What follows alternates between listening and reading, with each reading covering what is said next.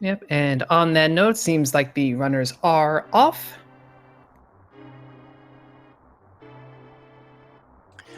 Well, it looks like the uncle doubles as Captain Planet as the runners don a blue outfit to, of course, pay homage to the environmental warrior. And we get a very quick map check, seeing that it's all crystals in the light world, with Hera being one of our 5-6 for the evening.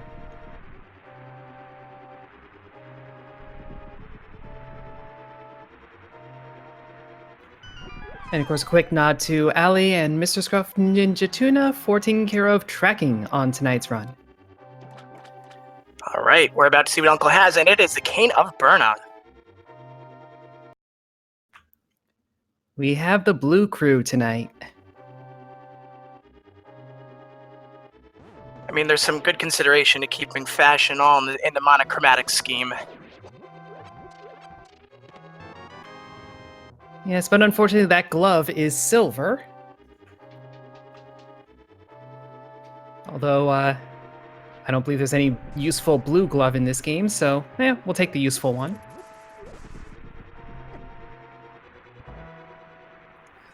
All right, our runners are making their way to the first part of the escape sequence, where they were going to rescue the Princess Zelda from her cell and see what she has as a reward for the heroes.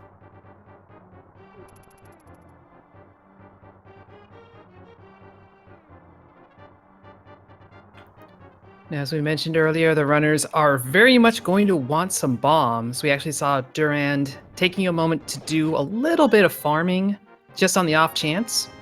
But there's no need, there's bombs in that first chest.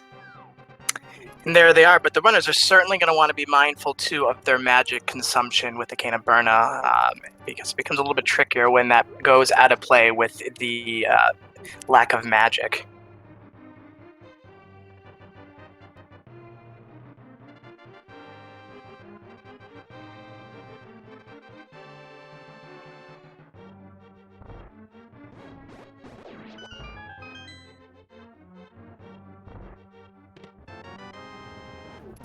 Couple of keys are now in the inventory as the runners continue their descent towards Zelda's cell.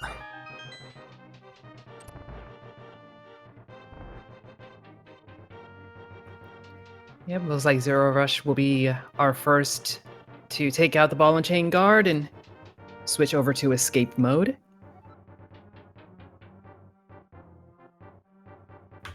Definitely want to be using the pots here.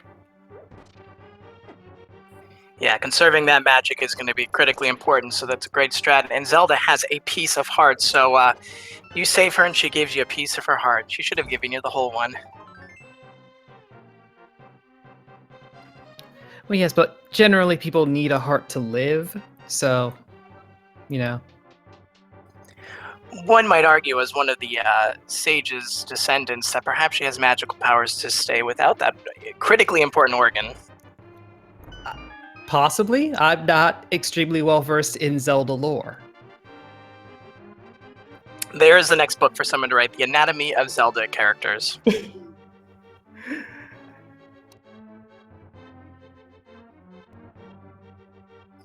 All right, our runners are ushering the Princess Zelda to the back of the castle, where they're going to hit that second part of escape and hopefully another item to pad out their inventory. Yeah, at the moment, the only real progression that we've gotten is from that glove.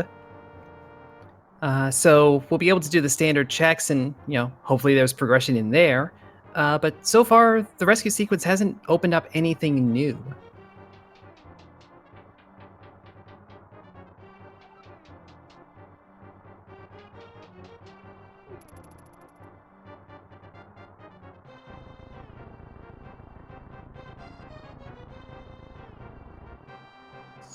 All right, our runners are making their way through the second part of escape. Be approaching in just another room, another item to see what we have for the inventory. Of course, the map is still outstanding, so that is in play. Yep, and of course our runners are getting this little light cone. They don't have the lamp. If they come back later without the lamp, it'll be dark. But we don't want to force anyone to do dark rooms against their will, so this is always enabled in standard. Just an arrow pickup there in that chest as the runners are making their way Zero Rush, grabbing the key from the wayward rats. Looks like he didn't grab it, so gonna have to pull out those bombs.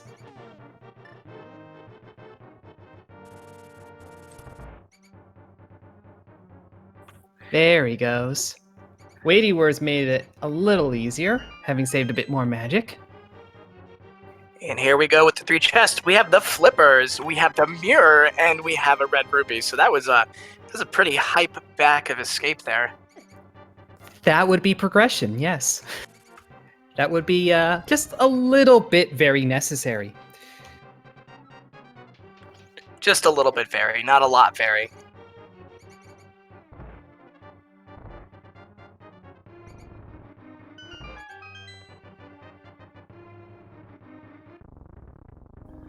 We're about to see what the sanctuary holds. I believe it's going to be what I suspect, and that is why Weighty Words is going ahead and skipping. Absolutely.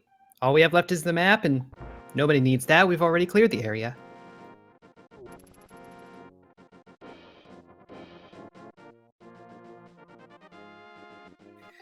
All right, Weighty is heading westbound, likely to check on the Aghanim Ledge. Are going to the Lost Woods first, actually.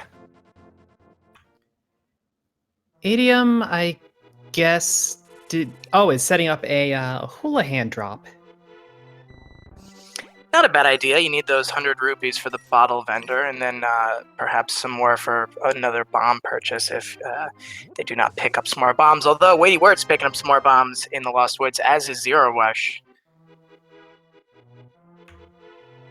Yeah, it's also helpful to get that little bit of extra cash if you want to go do King Zora early. You see there's a bottle on the Lumberjack Ledge, so won't have to do Aga for that. You mean unless you need the most important item in the game, which I believe was a bottle in that bee in that bottle, not a bottle in that bee. That would be rather painful for the bee. That's just a distressing thought. Either a very small bottle or a very large bee. Hey, I've seen some pretty large bees in my time and let out some pretty epic shrieks. Well, that did look like a boomerang over at the race game, which Idiom is just going to ignore. We have in the library the lamp, so that is something that people are not going to want to ignore. It may not be functionally required. I know a lot of our runners are fine doing dark rooms, but the game will always expect you to get that. So we should see boots at some reasonable time. We did see a bug net there in Blind's hideout, as well as a bunch of rupees. So the bug net, of course, being the second most important item in the game, the first being the bee in the bottle. Naturally.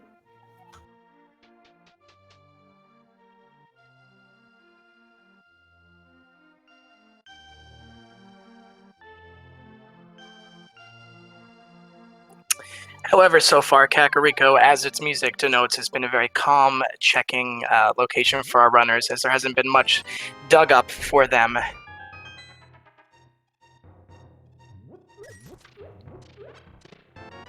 Well, except for that moon pearl that's down in the well. That's pretty useful. That means all we need now is the hammer or another glove, and we have Dark World. How about a red mail? That was pretty nice, getting that in the well. Yeah, especially because our runners have not found very many hearts yet. Idiom is our highest at 5, everyone else is still at 3.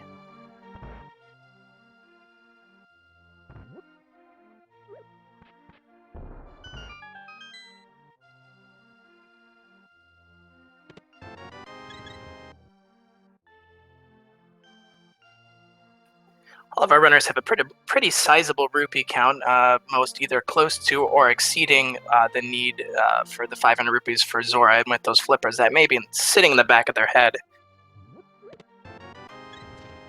Yeah, honestly, at this point, it seems pretty reasonable to save quit back to Link's house, go to the South Shore, hit the Ice Rod Cave, why not? And then go get your flipper checks done, stopping at King's Aura at the end. It's a very reasonable route, gets you a lot of checks out of the way. The only hassle will be that mini Moldorm cave. With the weaponry that we've got, it's going to be a little bit of a headache. Yeah, definitely with just the Cane of Burna and some bombs, that's going to require a little bit of planning, a little bit of skill. But these runners have, of course, shown both of those aspects throughout their illustrious running careers.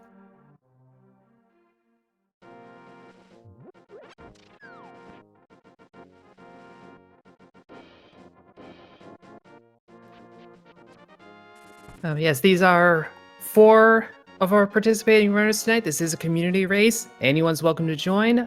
From my count, it looked like we had 19 or 20 participating tonight. I always feel like I get the count wrong because of, logistics internally. I always feel like I'm off by 1. Looks like in the dam we find a 20 rupee pickup, and then we're about to see what the waters have obscured from our runners, and that would be a medallion, a Quake medallion, in fact.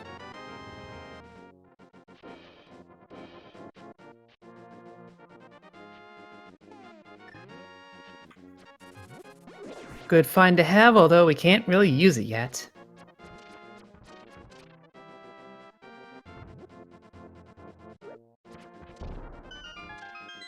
Well, at the Mini Moldorm Cave, we have 5 possible items, including the gentleman's guarding his treasure back there.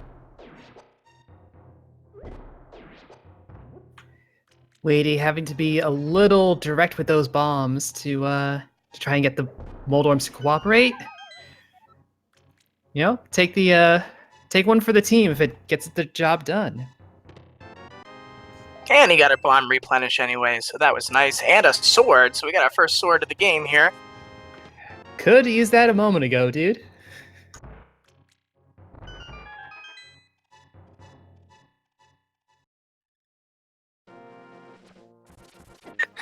Sword, or as someone in chat put it, pointy stick.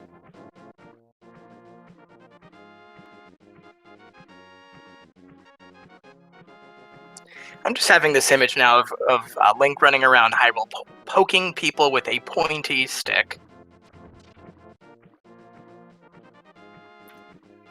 Well, I mean, that is a literal description of, like, a spear. So, that's a valid weapon.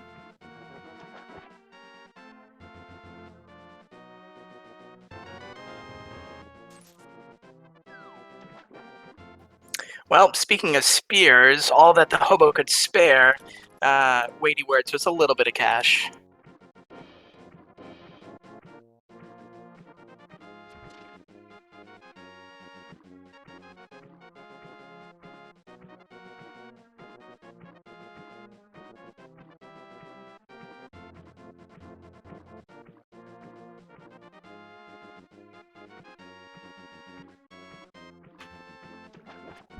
I have noticed that everyone has gone and visited the hobo and then gone over to Ice Rod Cave. I suppose that is slightly faster.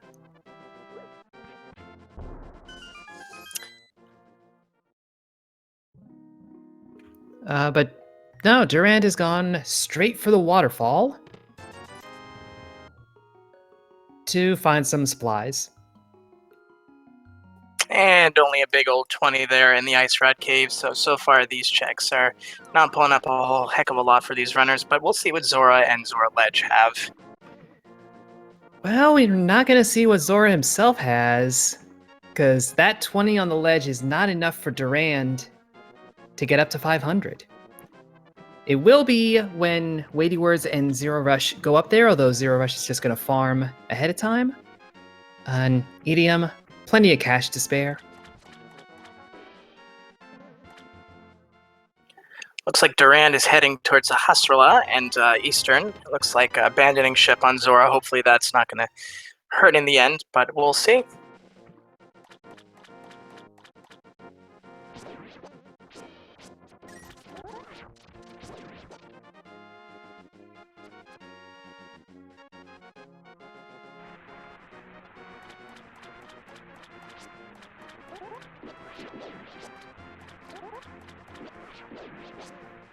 All right, in the back we have the Arrow of Evil's Bane, 20, and some more arrows. Not check, I guess, what the green pendant is from Sahasrahla, but not a critically important check. You will see in due time what that green pendant is. Yeah, we just know it's something in the Dark World. But Duran didn't even take the dive into Eastern afterwards. Might be figuring that Zora has it, or might be saying, forget it, let's go up Death Mountain. Who knows? Indeed. Of course, Death Mountain would be a sequence break at this point without that lamp, but certainly we have a few checks to make up there, but we'll see what our runners end up doing.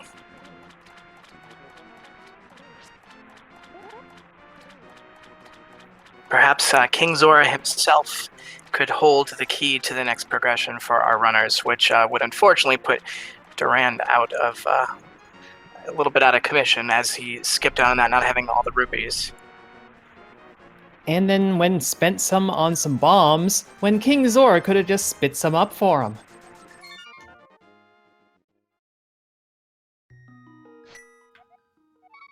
So right now it actually is looking like the first part of Eastern could have some value. Of course, out to the west in near Desert Palace, we have a Gina as well. Could be something, but it is only a single solitary check, so Eastern, of course, would be a little bit more dense item-wise for our runners.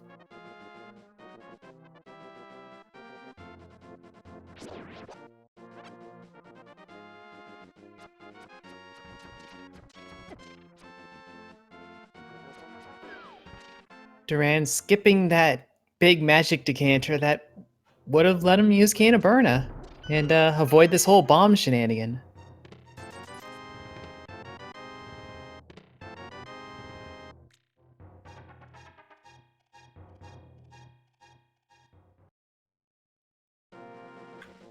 But it does seem like Zero Rush is making the Agina play. And Skull Woods is going to be our green pendant.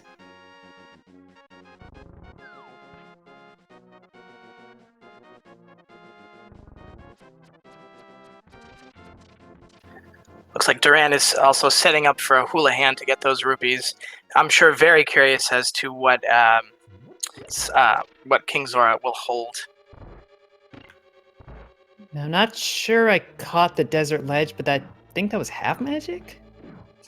It did look like half magic, so that is a nice little pickup down the line for our runners.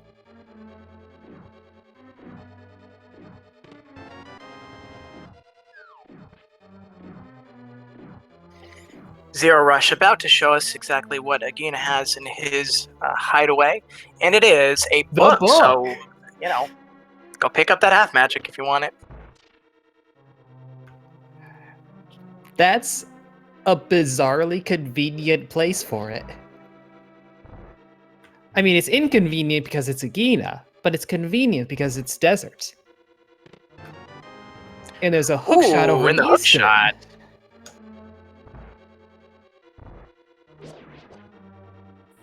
So, if someone wanted to sequence break, they would have a little bit more of a check on East Death Mountain now.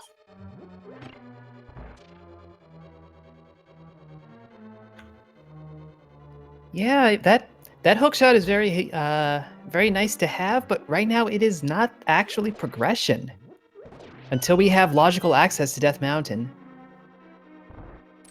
Poor Duran's about to find out that the rupee farming was all for naught.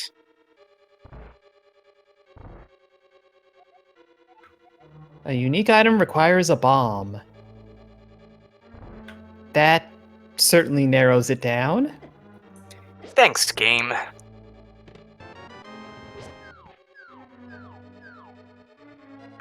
And the book is with a hermit. That book you used to get in here. It's with a guy that you met in order to get in here.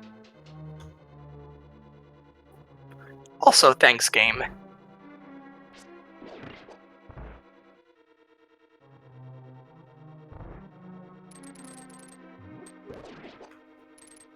Yes, at this point, Zero Rush is the only one still on logic and getting paid for it.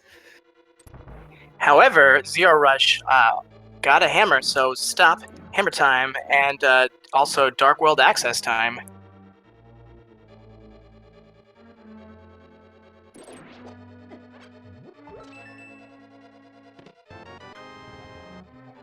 Well, at least there's Bombos in Eastern after your dark rooms.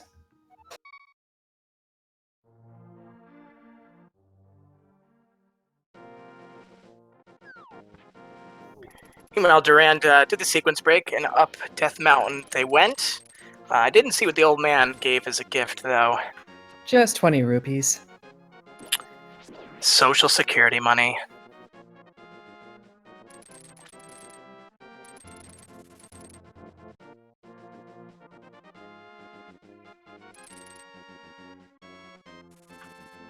But honestly, this is kind of a wild opening. Normally you go and start sequence breaking, in the hopes of getting some extra progression and some faster advancement, but really following the logic is your best play right now. Yeah, this has been a rather quiet opening, but you're right. Following the logic has been the way to go, as Zero Rush has certainly found out. It looks like it's going over to Eastern, but does have Dark World access.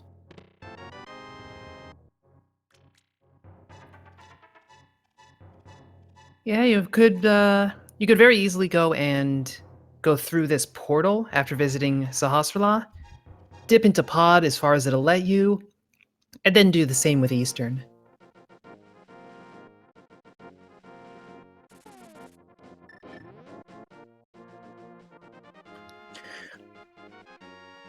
Oh, thank God we have a bee in a bottle, so I think we're okay now. I think the game can now be logically completed. I would say logically, that is logical.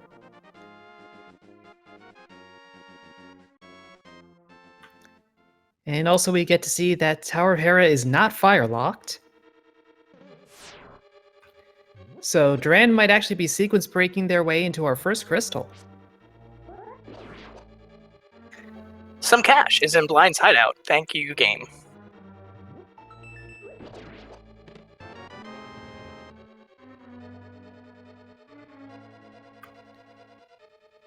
And our remaining medallions, or pendants rather, are on Misery Mire and Thieves Town.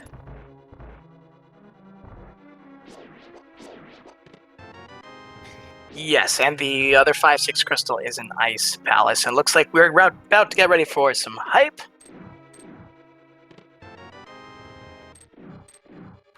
We have the Sticks of Hype, the Shield of Hype, the Cash of Hype, the Heart of Hype, and the Shroom of Hype.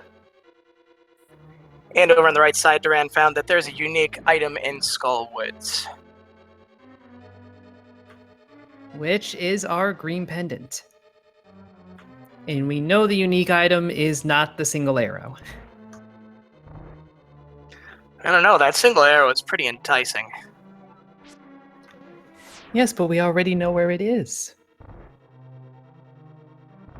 And last I checked, Sahasrarla is not Skull Woods. Unless he's moonlighting as a dungeon. Sahasrarla is moonlighting as an entire dungeon, as there is a bottle inside of a bee.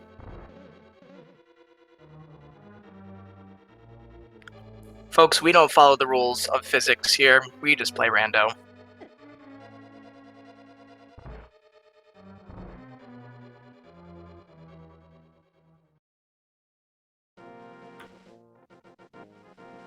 Ooh, Durand is being subject to the laws of physics, taking a fall on Moldorm. Gonna have to go back up and start it over.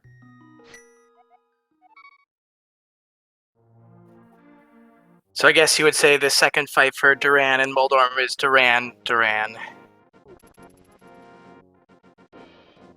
Yeah, that one was a stretch. I tried. Listen, I tried.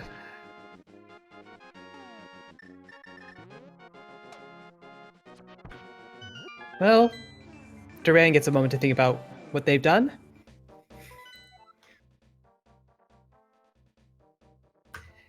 And we did see the digging game was only 20 rupees. Not much of value, but at least we got that over with quickly.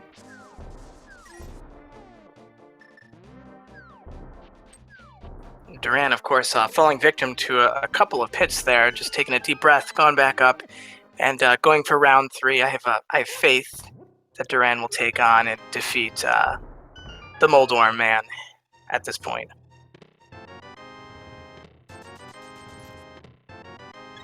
And thank you, Super Mateo, in the chat for validating my most awful of puns.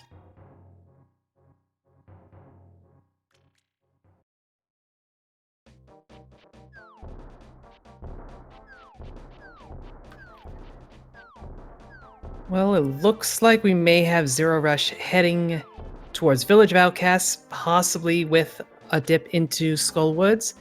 Don't believe they saw the hint for the unique item there, but this is a reasonable Dark World play, especially if you know you can't do much in Pod and Eastern. I'm just sweating over this Duran Moldorm fight, which they have now vanquished Moldorm for the prize of The Ice an Rod! Ice Rod. Okay. That and the crystal both required. So hey, 26 and a half minutes in, we have our first crystal. Ice Rod is a nice rod, and definitely required in this run is Turtle Rock is a crystal. And there's some bombs in Mimic Cave, speaking of Turtle Rock, that weighty words found in the hint tile over in Swamp Palace. Yeah, with that hook shot, the flippers, the early mirror, you kind of want to dip into here. We also know that the cape is on the left side. Again, I never remember who saw what hint, so we'll see if Weighty Words goes and grabs that if they're aware of its presence. Yeah, Swamp is a reasonable first play once you've gone into the Dark World. That's what I thought I saw. Zero Rush just picked up some silver-plated arrows over there in Skull Woods.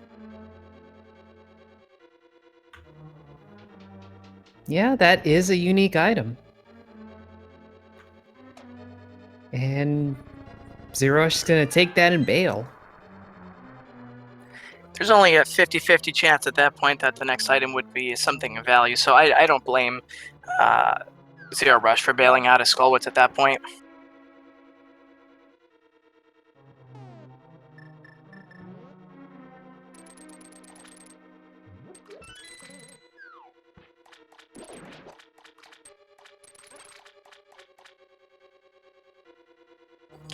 So Zero Rush is doing Village of Outcast checks. Of course, we know that Thieves Town is a pendant, but in every run that I've ever seen ever, Thieves Town pendant always has something of value.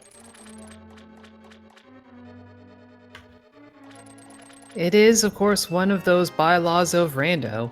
The Pendant Thieves Town is required to have something interesting. We don't make the rules, we just follow them. Usually we follow them. Just not the rules of physics, but the bylaws, absolutely. And also following the flute in the chess game in the Village of Outcast for Zero Rush. Yet another surprisingly convenient spot.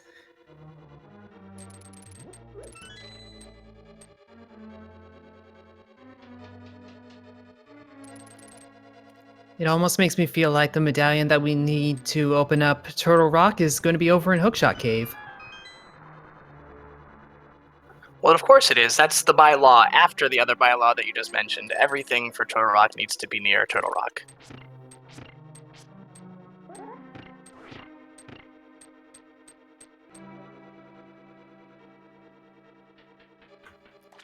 Actually, no, case in point, Ice Rod, Tower of Hera, that's close to Turtle Rock, kind of. I mean, just interdimensionally, so I mean, yeah.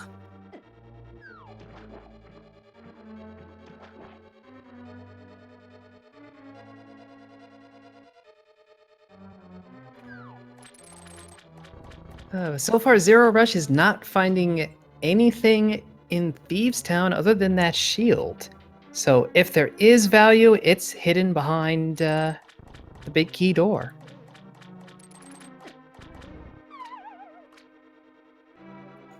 Weighty Word's going to pick up his cape soon. I believe you said it was in the left side of swamp, so not a bad thing to have, especially if Bumper Cave has something of value.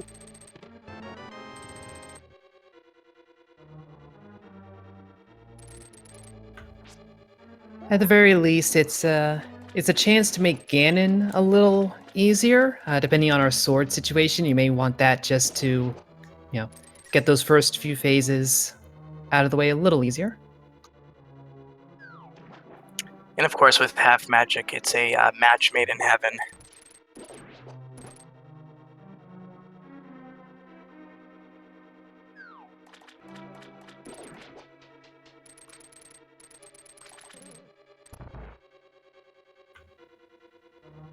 But Zero Rush does find out that the Firelock side of Misery Mire that we will probably not be going to because it's a pendant dungeon is not necessary.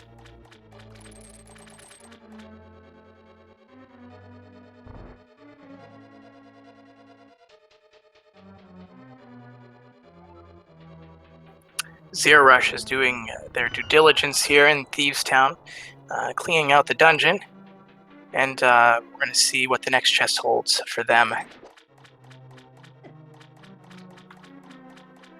Big money. And no whammy.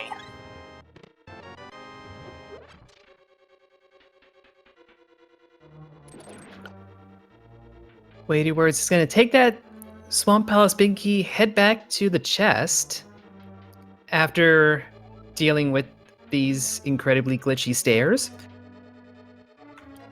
Swamp Palace being one of the 2 dungeons along with Skullwoods where the Big Key is not actually required to complete the dungeon. 3 if you want to do the bomb jump in Ice Palace. But that shovel is worth it, maybe. I mean, you take it out and you hit Ganon really hard over the head. I'm pretty sure that's what the legends and lore said that the hero needs to do.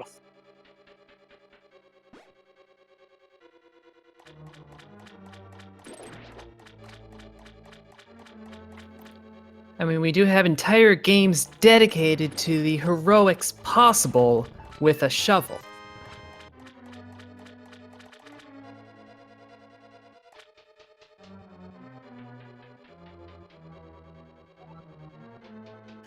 Oh, the Master Shovel. Chad, I bow to your wit.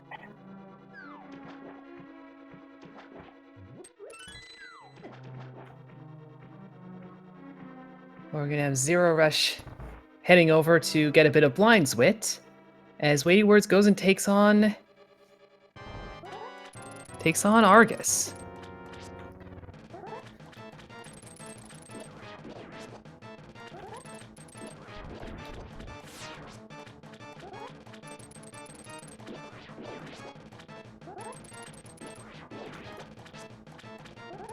Now the blind fight is pretty well scripted, doesn't matter what weapons you've got.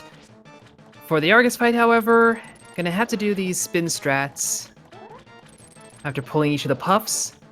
You could go and make this a menu boss if you really wanted to make the strikes a little faster, but at the end of it all, this is probably the easier move. Well, the game has proven me wrong, proven you wrong, proven the bylaws wrong. Thieves Town was a complete bust. Which simply means that we have to take this seed to Rando Jail. Argus, also not having much of anything, just a 20 rupee drop. However, I still maintain that that shovel is very useful.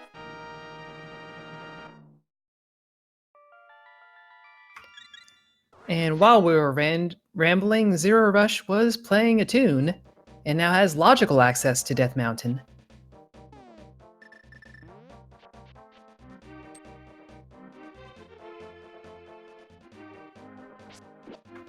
And with Idiom over in the Argus fight, we're just a few moments away from all of our runners having completed 1 dungeon. Unfortunately, Zero Rush's completion was on a pendant dungeon, so Bombo's tablet only having a little piece of love, so that is, unless you like a little bit of love, useless.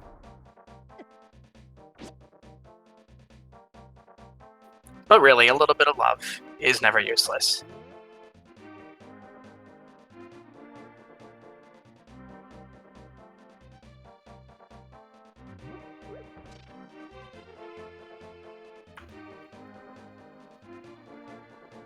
Well, Weighty Words is going to take a moment to do this whole sweep through South of Grove, through Village of Outcasts. Going to give us a shovel check, I sure hope.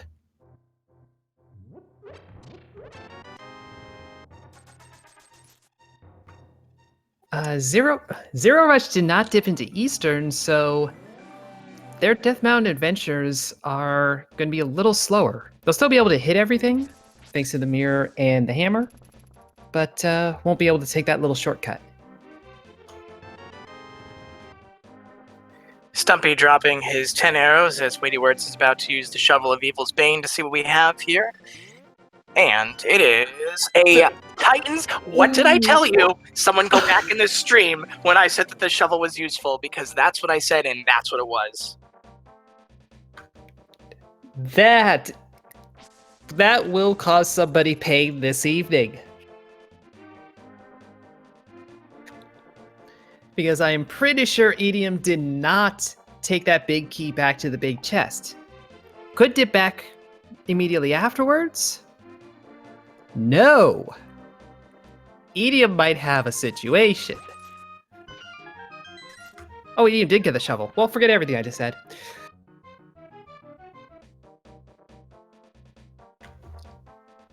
So Zero Rush or Durand could have a situation.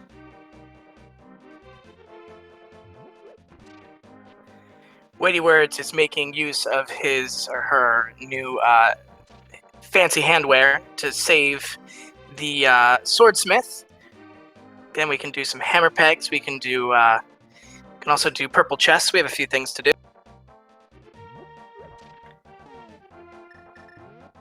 Yeah, yet again, that glove, convenient timing. Can loop in all of these Titans locked checks just as you're carrying along. And the hammer peg check is a big old 20. So off we go with our buddy, the bullfrog, dropping him home to be with his friend to whack some metal with some hammers. It's a living. Or whacking some bread with some hammers, also a living.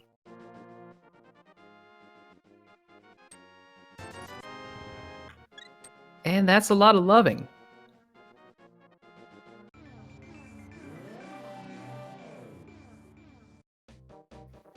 Eddie, I'm picking up his or her Titan's mitts, and probably very happy that we got those Titan's mitts, as you were saying, Hupfin, very close to its an area of usefulness with them.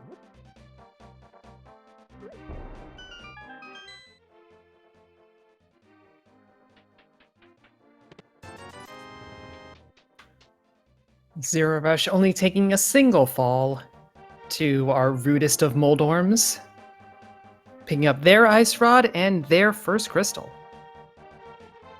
Yeah, this Moldorm needs to go into Rando Jail with this seed.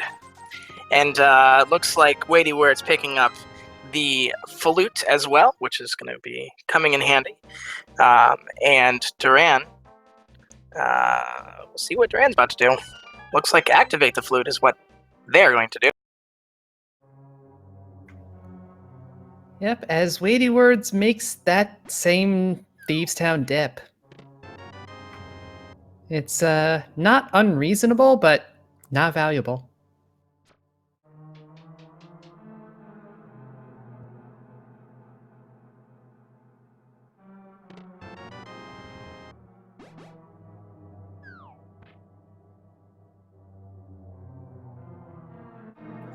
Looks like Zero is doing the Eastern Death Mountain checks.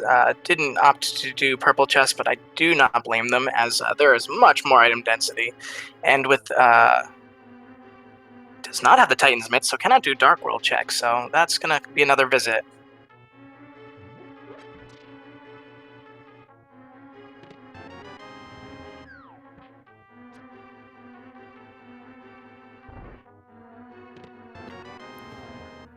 You know, I imagine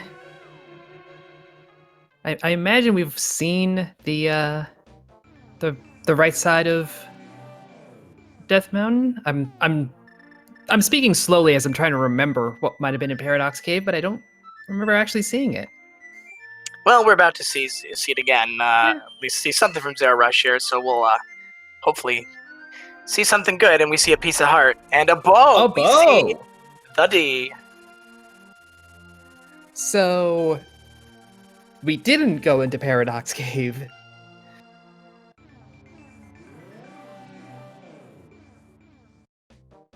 So now, with a comfort level of Dark Runes, as I'm sure Zero Rush has, got a couple of completions we can complete.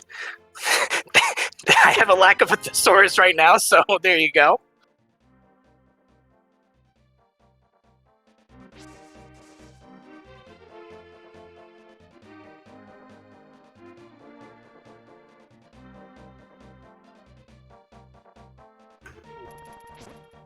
And unless Ether is on pedestal and is required for T-Rock, that does kill Ped.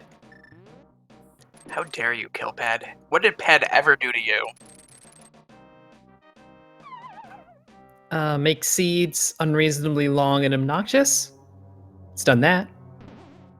Oh, well then, of course, you're completely justified.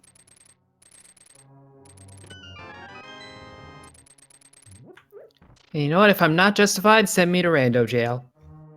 I don't know, we're running out of cell space for Rando Jail. We got a Moldorm, we got a Seed. I don't know that we could throw you in there, Hupfin, but we can throw a Mushroom in there into the Cauldron, in fact, and we're going to find as a reward a piece of heart from the Witches.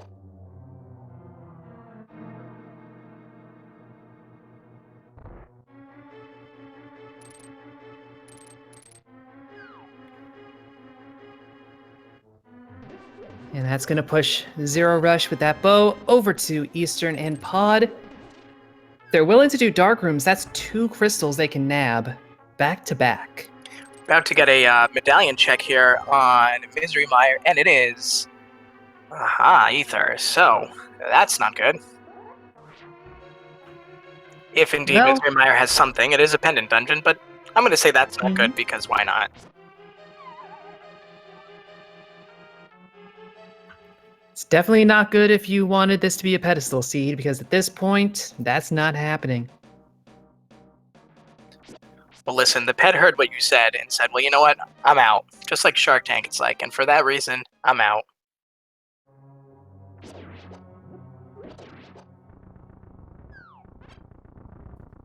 But we do have Checkerboard Cave, which is in right now for Edium. And we're about to see what it holds. And it is just a big old 20. We've seen a lot of big old 20s this seed, I feel. And we see a big old fire rod over in Skull Woods, which wasn't Zero Rush over there. Didn't finish up the place though. Yeah, that is. I mean, it is a quick check, but we got a French vanilla fire rod, so here's that.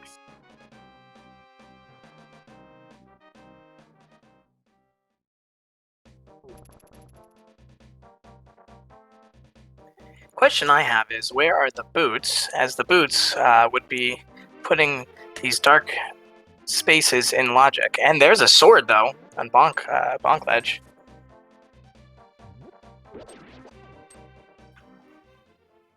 So that cape over in Swamp was pretty valuable. Certainly going to be worth the time having to dip in there. Because for all we know, there are 2 swords in Ganon's Tower. That is always possible.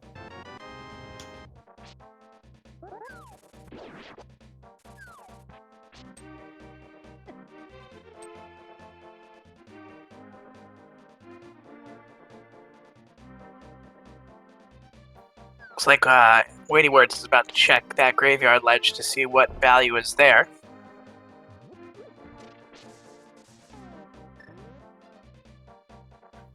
It's a very reasonable loop to go through.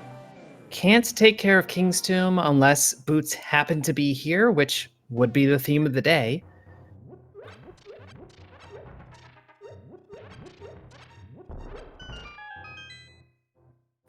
Nope, just 10 arrows.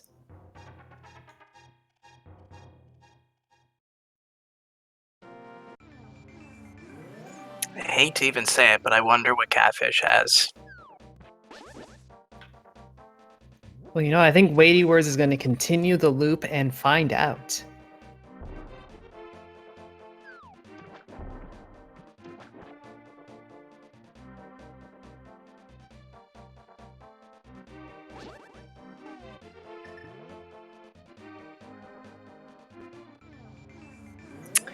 Idiom giving us an ether tablet check. I don't know if we got one of those yet. Just pocket change. Move along, unless you want pocket change.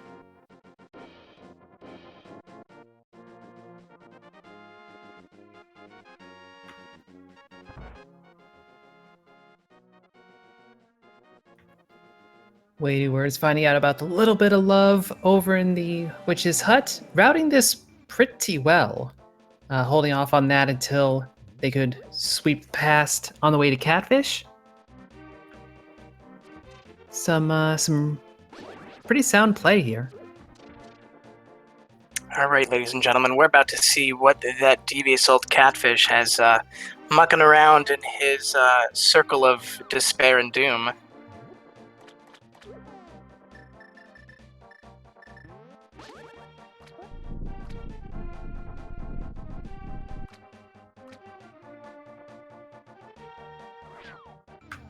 Just Weighty Words just immediately rejecting the Catfish. It offered up love, and this is how you repay it. Well, no wonder it lives in a circle of doom and despair. It just got its love, like, unrequited. That was some brutal unrequiting. Brutal unrequiting indeed.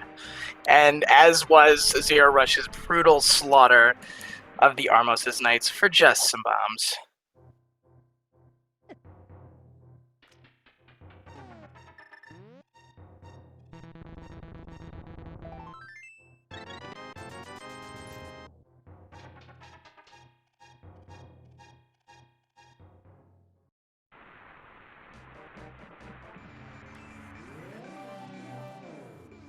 And with Eastern down, Zero Rush going to swing directly over to Pod.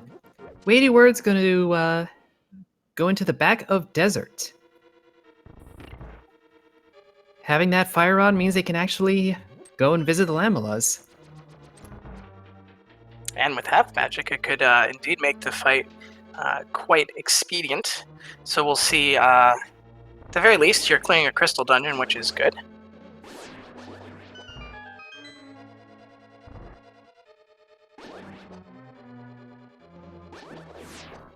I believe Edium just beat our friend Moldorm without any falls and gets a nice rod for his efforts, and another crystal as well.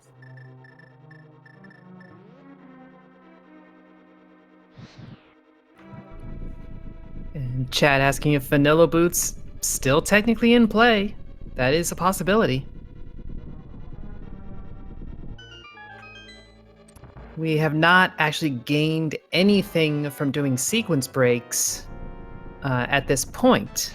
So, yeah, very well could go Clear Skull Woods and visit him, find the boots, get that lamp. Well, Lanolis just had some bombs, and Zero Rush just found a mirror shield out in Pod, so that's not too bad. I mean, not progression, not something you won't pick up. Well, you'll avoid it if you're worried about the lag that can end up happening, but certainly makes bits of Turtle Rock more convenient. If you don't have to do laser skips, that's one less thing to worry about. Durand is going to go and check what the big key offers, so we don't have to worry about that.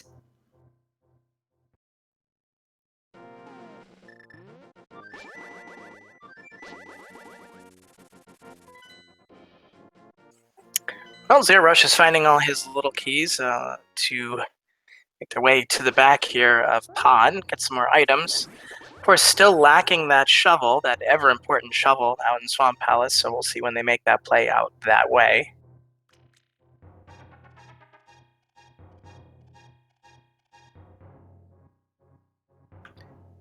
And there's the D for idiom.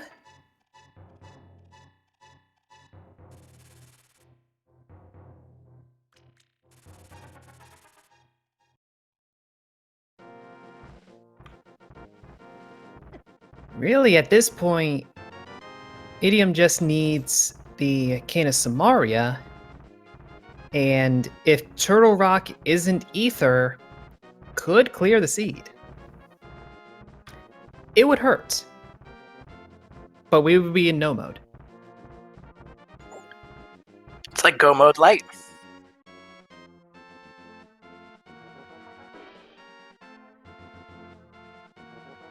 Looks like we're getting our, I believe, our first check of Dark Death Mountain in Edium, at Edium's side. And Zero Rush, I don't know what Zero Rush picked up in the dark basement there of Pod, if anyone wants to give that a shout out.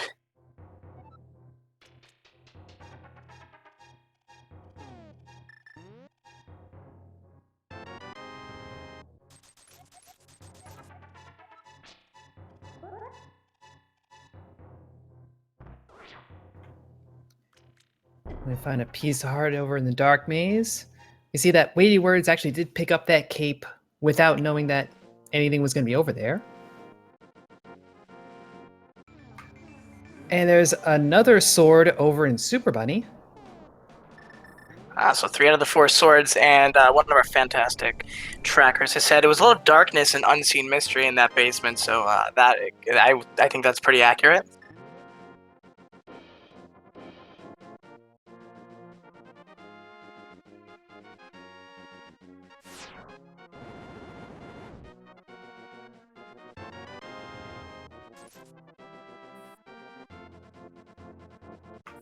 And there's the last sword over in Hookshot Cave. Hookshot, you never let anyone down except when you do, with a bloomerang.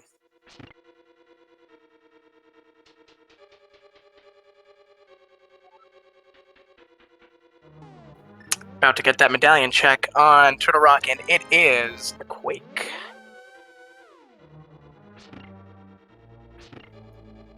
Alright, so at this point, all we need to do is find that cane and we are good to go. Although, yes, you would want to find the boots and then get the lamp so you don't have to do dark rooms, but that aside, we just need the cane and we're good to go. Looks like Edium might be heading over to Spike Cave. I absolutely agree with this move. You're already on Dark Death Mountain, you have Half Magic, you have Cane of Burning, you have the cape. Why not check it? Could very well be something like boots. Although I don't think so.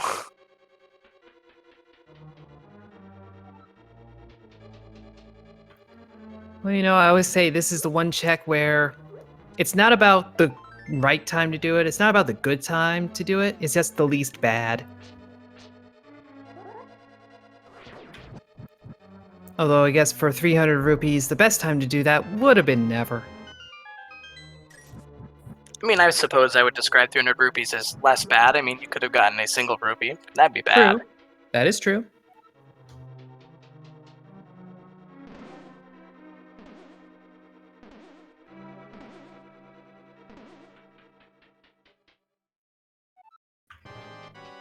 Zero Rush enlisting the help of the bee to take care of this dark room with no lamp and no fire rod to even light the torches. Duran gets their bow, and Weighty Words is fighting our horrific enemy, Moldorm, who is taken out with a few spins and given a crystal for Weighty Words' time, as well as the nice ice rod.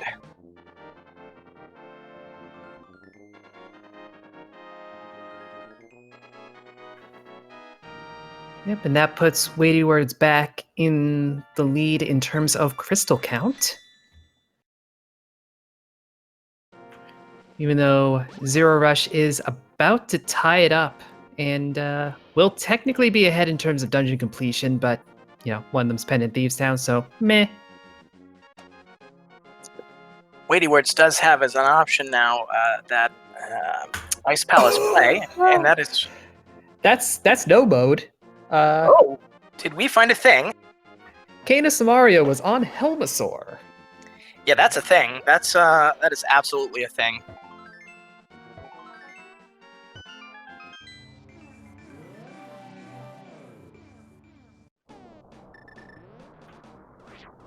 So now Zero Rush just has to go over to Swamp and not get tricked by that big key.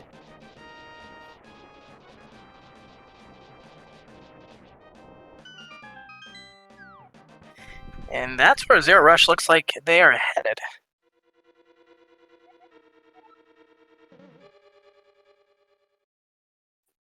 Is there ever a repeat of hint tiles? Because I think I saw some Bombs a Mimic cave at another location as a hint. You know, I couldn't really tell you.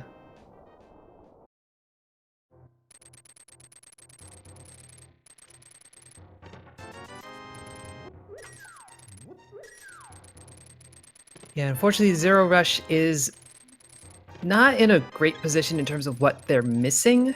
Because, yes, the shovel is in the big chest of Swamp, bit of an odd one, and the Fire Rod is back in Skull Woods, which they already half dipped. But for Weighty Words and Idiom, they are going to just naturally stumble upon that cane as they go and clear crystals.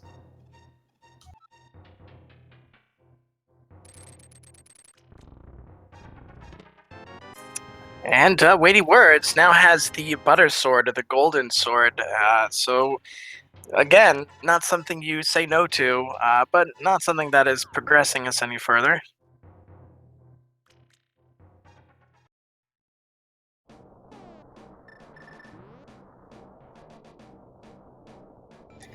Memory serves correctly, I do not think we've done a pyramid check yet, and that could be something as well. Still missing those boots, which would be needed to get our lamp. Yeah, and as our tracker, Mr. Scruff, is pointing out, there is a very slim chance that the boots will be required for the Ganon's Tower Big Key.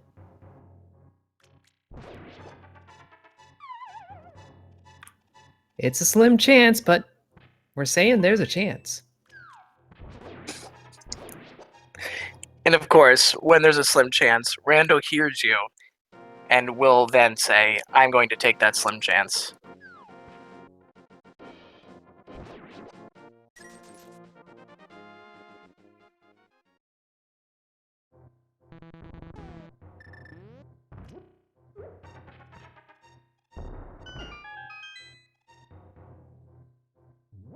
Durant about to get its bow. There it is, got the bow. And we'll see where that leads them. Of course, again, Ice Palace is in logic. However, Eastern and Pod are not. So we'll see if we go in or out of logic.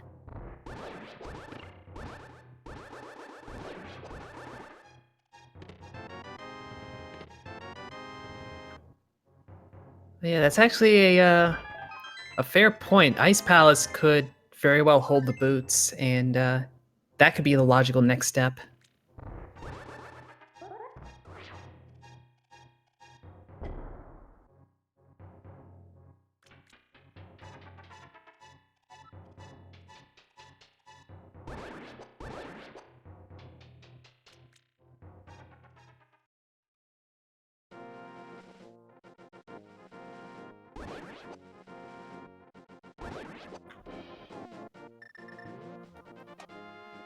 But yes, as we approach the 1 hour mark, I always like to remind folks, if you enjoy seeing what these runners are doing, seeing the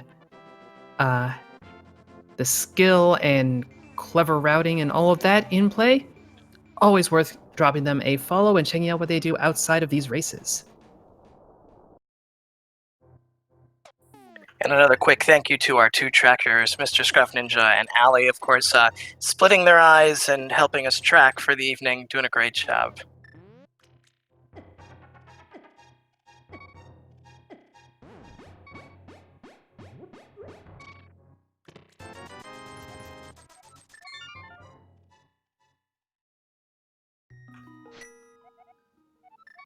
Zero Rush about to go down and grab that cape, which will get them a sword. Probably going to end up being their Master Sword if they go bother to check. I know Idiom didn't bother to check, and at this point probably won't.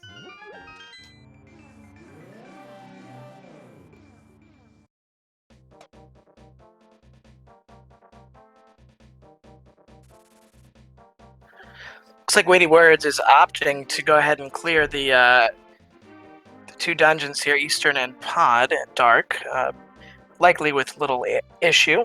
And then we'll see. We've yet to have any checks into that Ice Palace. I still think that Ice Palace may hold the key to something.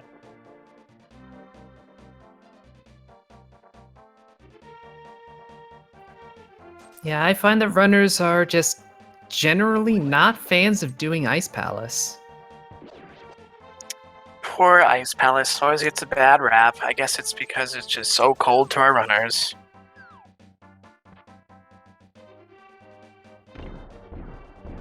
Y'all are welcome for the puns. You can't hear it, but I'm giving you the pun face right now. It's okay. Everyone knows what they get into when they hear me, and I love to make dad puns.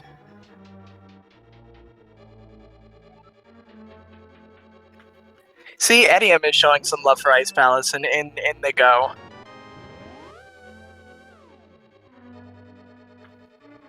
See that a shovel requires a hammer, which was true, but is also past tense. So thank you, hint system.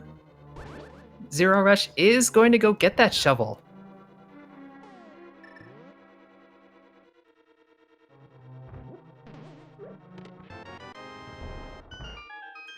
Of course, Ice Palace does have 3 items, and hopefully one of those 3 items could be something of use to our runners.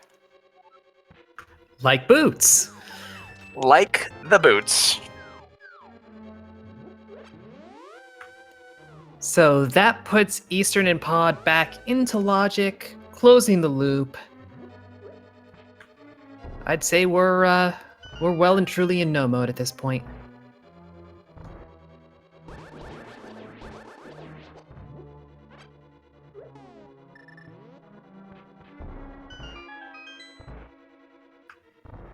And it wound up being that only Skull Woods, in terms of pendant dungeons, was necessary for any progression. Having that fire rod.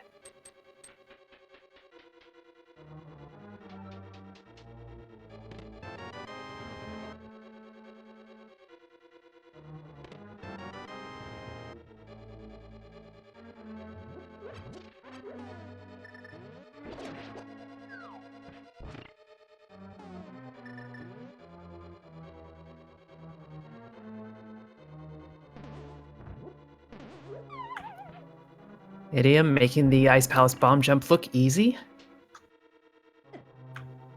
Which in the whole canon of bomb jumps in this game, it's relatively easy. Certainly no hammer jump. Which for a split second I thought Weighty Words was going to set up. Yeah, I thought that was going to be a nice little segue into what you were saying, but that's alright. I, too, would be avoiding that hammer jump.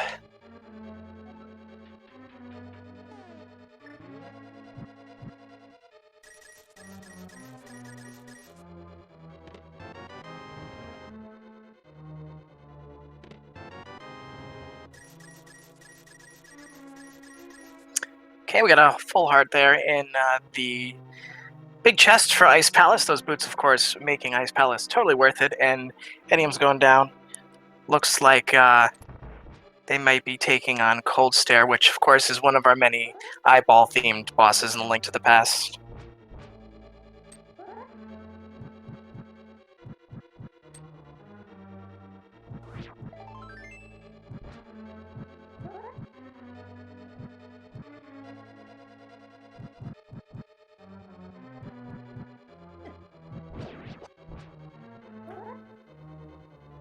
Zero Rush finally getting that tablet check in. Nothing of interest there.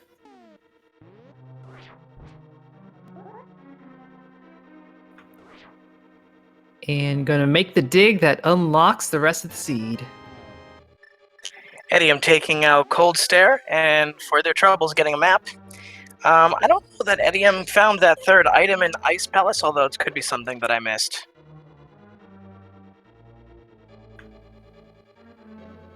I don't think that I counted it either, but again, it's not going to be necessary for anybody.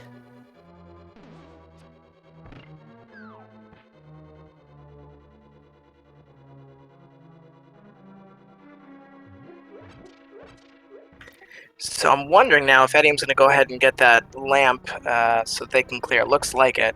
So they can clear Eastern and Pod, and of course, going to get the cane. And then, again, memory does not serve me on that T-Rock medallion. That was Quake, so they are good to go. Yeah, this lamp is a perfectly reasonable play, spares you from having to worry about any of the dark rooms, the pod ones being a little obnoxious. The dark room in Turtle Rock is actually fine. It's basically on rails. You just have to remember how the rails work. Chat, of course, reminding us that Zero Rush is still on the fighter sword, so definitely going to need a sword upgrade. Although, if they go up to Death Mountain to do the hookshot cave, they will be finding one. Yeah, honestly, doing Dark Death Mountain will find you too, and that's really all you need. Aha, Idiom taking advantage of those 5-6 crystals, going for the big bomb. And of course, Duran as well. Chat, you are the great third commentator. Thank you for that. Also, still on fighter sword, but again, you have those swords concentrated in hookshot cave.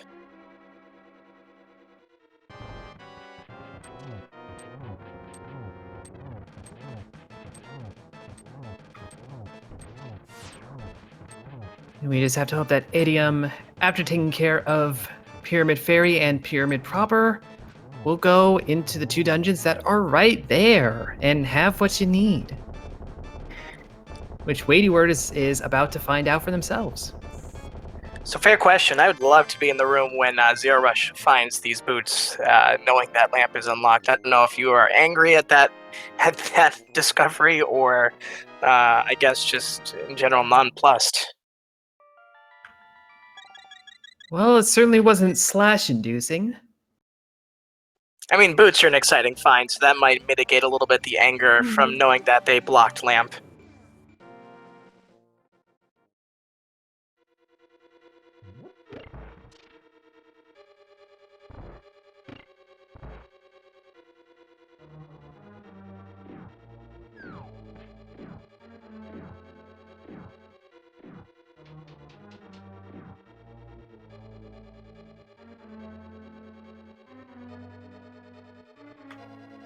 Well, Duran down to 3 hearts in the dark room might be wishing they had a lamp right now. But, nah.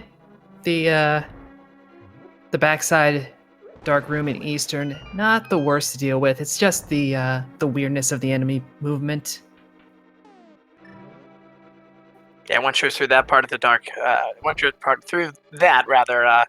rather smooth sailing. With those silver arrows, it's going to be very smooth sailing.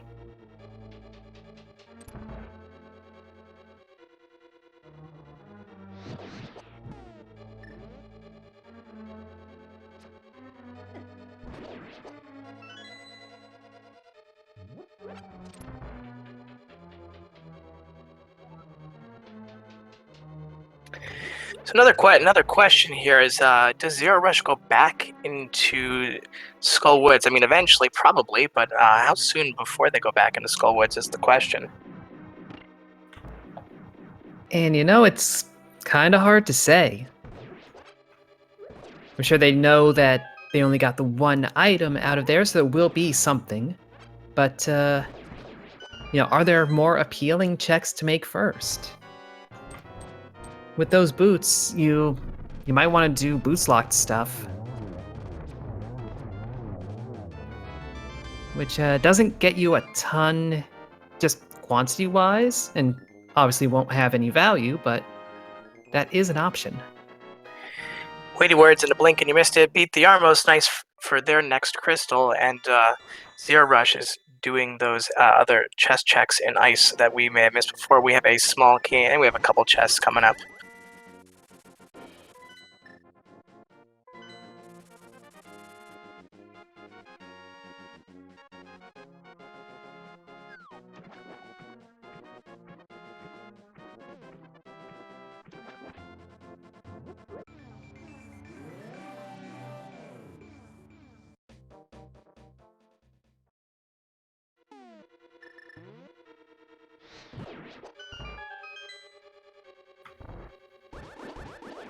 Yes, this finally gets Durand onto the Titan's mitts. Weighty Words at 5 crystals, everyone else at 4, despite the reasonable spread in items and what's remaining for everyone. They're holding pretty close in terms of dungeon completion.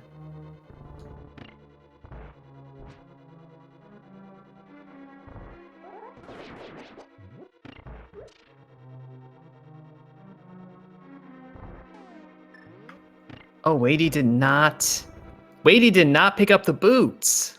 Weighty.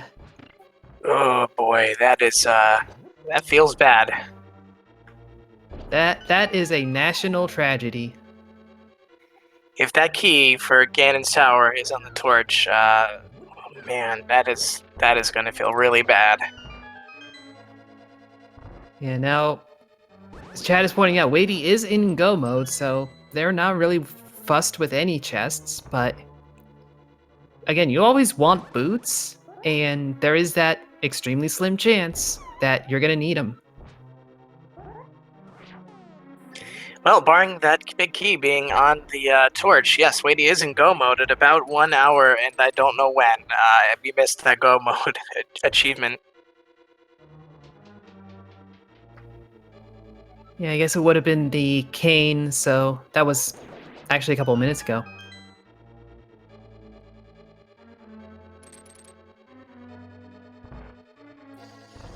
I mean, I don't blame Weighty. You're looking for, you've done the dungeons with the more difficult dark rooms. You figure, I know that boots are blocking that lamp, and at this point, in their mind, only the lamp. So, I mean, why go back for it? Yeah, like I said, Turtle Rock does have that one dark room, but it is literally on rails.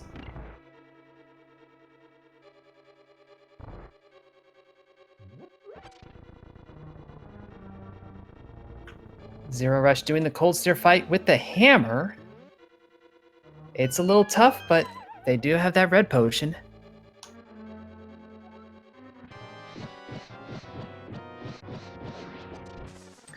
Weighty Words, likely to have a little bit of an easier time with that golden sword, and down Gold Sphere goes before I even finish that sentence. A reminder that the hammer does tempered sword damage, and yet that happens.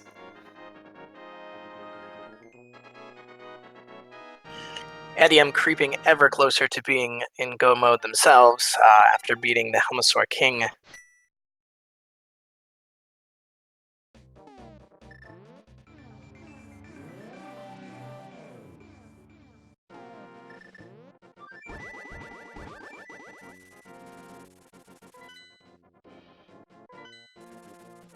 Alright, Weighty has gone up to T-Rock. Of course, the last crystal dungeon for them before we go to Ganon's Tower. Of course, we're all holding our collective breath, hoping that that key is on the torch. Unless you're holding your collective breath that it will be in the torch, and in that case, you are a sadistic person. And also, welcome to Link to the Past Randomizer.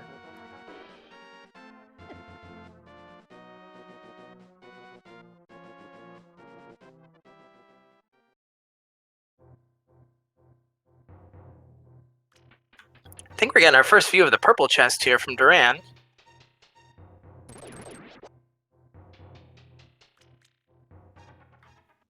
Just a little love. Zero Rush did go and pick up that lamp, in part to do this. They still don't have the fire rod, so that lamp is their fire source for taking out the Lamos. Now, Edium is in super duper go mode, because if that key is on the torch, then they are good to go. Super duper go mode, trademarked.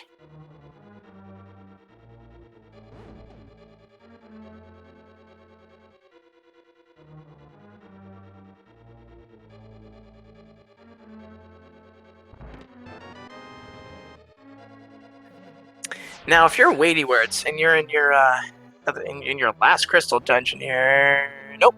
Yes. Do you search around? You poke around for those boots, or you just kind of go with I'm going to look for the big key, what I need, and make my way to Trinex? Well, I would say you're going through T-Rock, which even in Go mode is not very different from a normal full clear. So I would probably just, play it normal, and then kind of decide how I'm feeling when I get through Laser Bridge.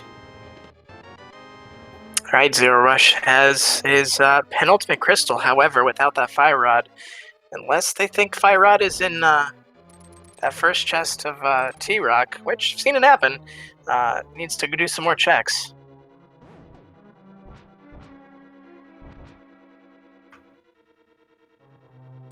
And they are flying off to get the big bomb, I would expect, with this routing. Looks like it, and Duran has moved their way from having a fighter sword to having the tempered sword, so sword is not a concern for them.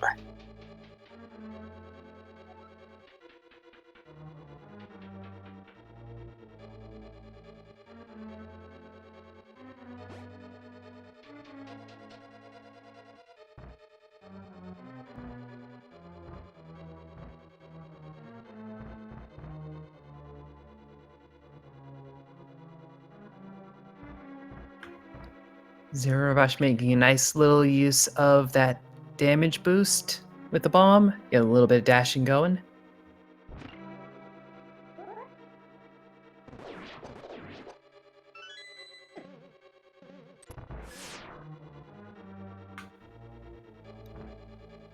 So I just realized the medallions this seed were both vanilla. It took me a moment to realize that. I mean, listen, the seed had to give back to the runners somehow, I suppose, and that was the way to do it.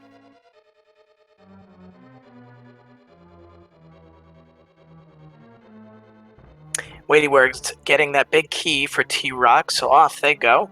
Again, we'll see if they do some extra checks here for those boots, or if they go just right to Trinex.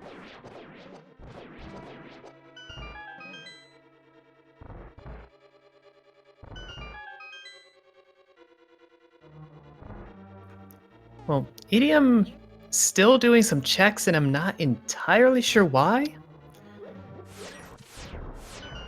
Did they misread a medallion, perhaps? That's kind of what I'm worried about.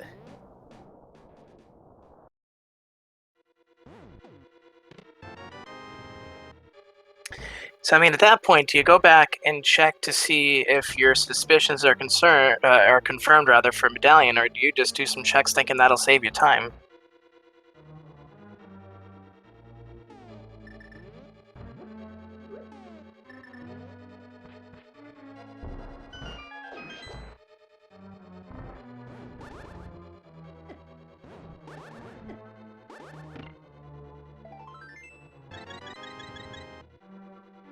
It's a pretty clutch heart pickup there for Weighty Words, filling up the fourth of 4 containers to get an extra heart and a refill.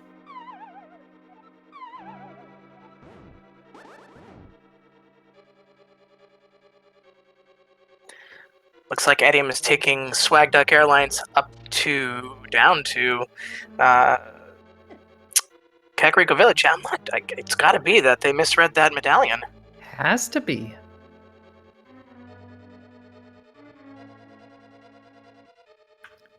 Yeah, here they are going to fake powder.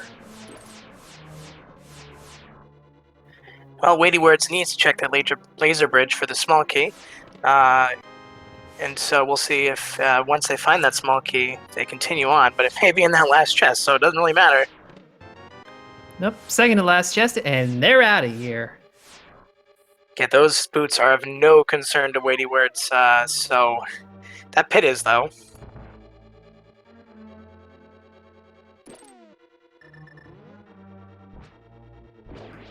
Well, Zero Rush is opening T-Rock, hoping to find that fire rod in that first chest, but will be disappointed. Certainly not a move that I misunderstand. I've seen it happen before, and I'm sure so is Zero Rush, but at least it's a quick side quest before they'll be back to checking some other things. Weighty words in their final crystal dungeon battle with our Trinex. Going to be super quick work with that gold sword, and we'll soon be off to Ganon's tower.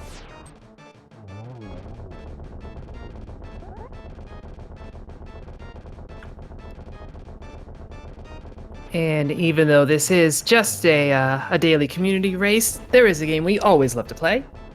There are 22 item locations in the basement of Ganon's Tower. Any one of them could have the big key. Get your guesses in from 1 to 22 as to where that big key will be. Hupfin, what are you saying? Sorry, I thought that was Weighty Words who jumped down from Ganon's Tower. I was like, what you doing? Back to that, what I was saying, Hupfin, what number are you guessing? You know what? I'm gonna say number 9.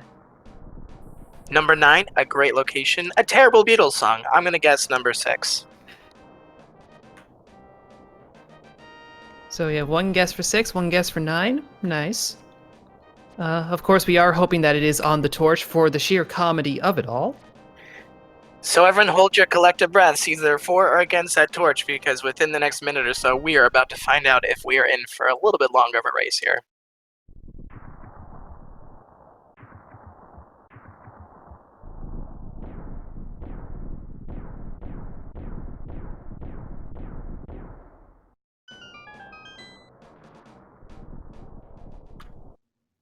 Looks like Zero Rush is on the right track for finding that fire rod. Idiom is on the wrong track.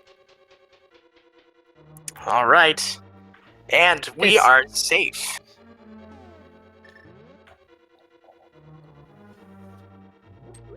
Now, we'll also mention, as we have a runner in Ganon's Tower, that since this is a wider community race, there will be other people who may or may not finish before any of our forerunners. No times will be announced until we see a clear on our screen. All right, so we have 1, 2, 3, no big key. 4, no big key. And 5, we found the Ether Medallion, so that's that. Oh, that is going to suck for Idiom.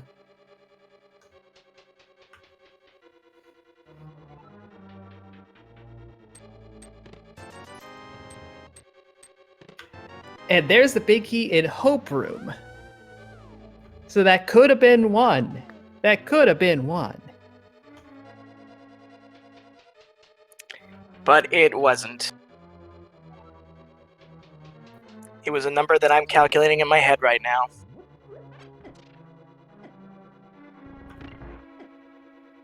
Yeah, if we count the torch, that was number 7. If we don't count the torch because they didn't bonk it, that would be number 6. I always count it when they observe it, so I would say it's a 7. I'm not going to count it because I guess number 6. I sense a motive.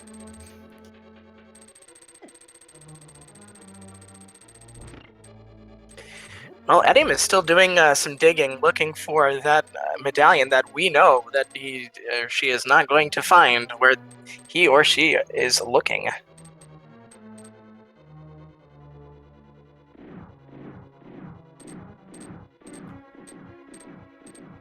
Yeah, this is an especially painful one because we know Idiom is operating off an assumption. We know they believe that they don't have the medallion they need for T-Rock. And you're more likely to check locations than check your assumptions.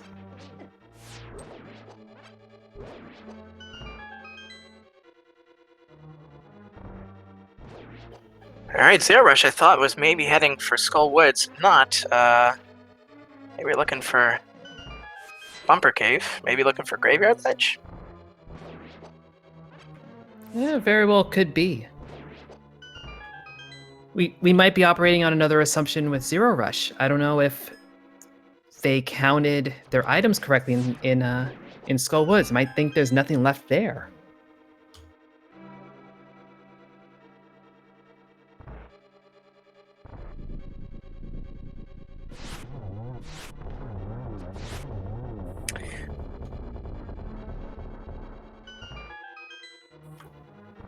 You know, that's one of those things that hurts. Is just accidental mistracking or misremembering.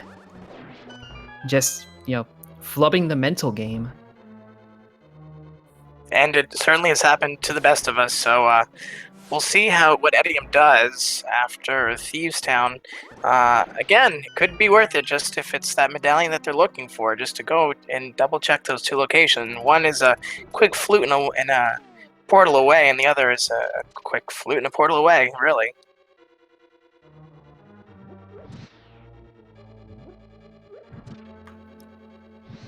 But there is one small solace in all of this, is that Misery Mire is ether, so won't be digging through that looking for it.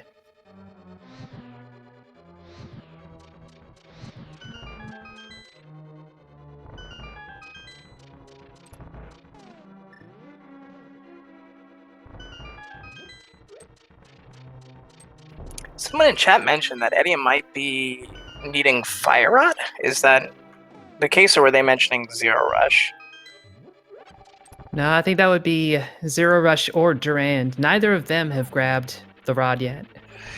And Weighty Words is on Moldorm 2 Electric Boogaloo, and takes him out pretty quickly, or her out pretty quickly, with that golden sword. Last chest is 20 rupees.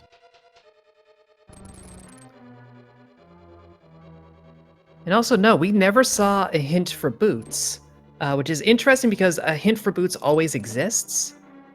And there's only a couple locations left that we didn't go to. There's one on the way to Aga, there's one in Misery Mire, and there is the spike hint that nobody goes to.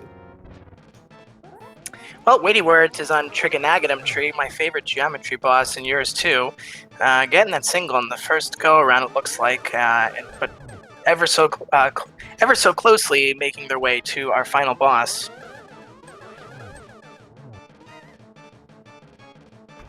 These are not the most generous patterns in this fight. I'm appreciative of the in-tempo swinging of the sword and bonking of the hook shot to the music. Thanks, Weighty Words. And Zero Rush is making the move to the back of Skull Woods. This will put them in go mode. And Weighty Words is down to the big pig with that gold sword, with that red mail, with those silver arrows. This will be but a moment in time, we hope. And of course, I've now cursed them to fall, and I apologize.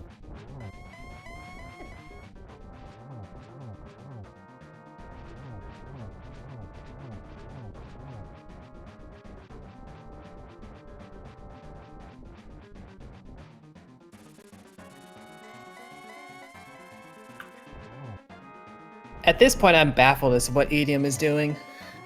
It has to have been a mismark on the tracker somewhere. At this point, they're double dipping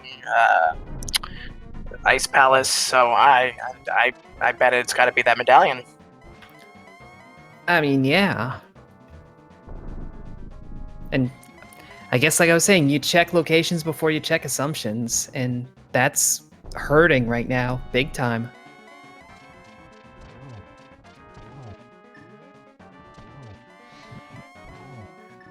Weighty Words taking Ganon to town.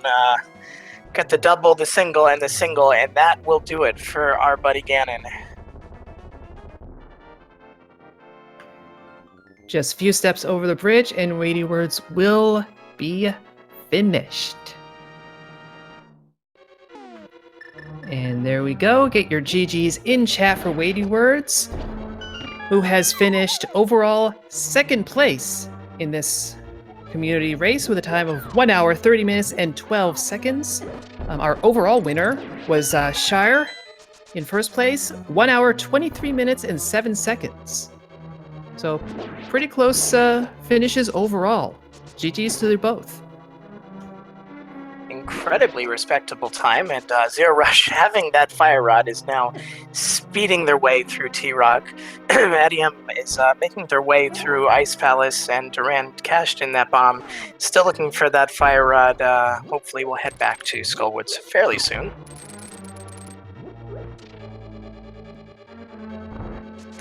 And the best part of any finish on a restream is we get to see what the pedestal held.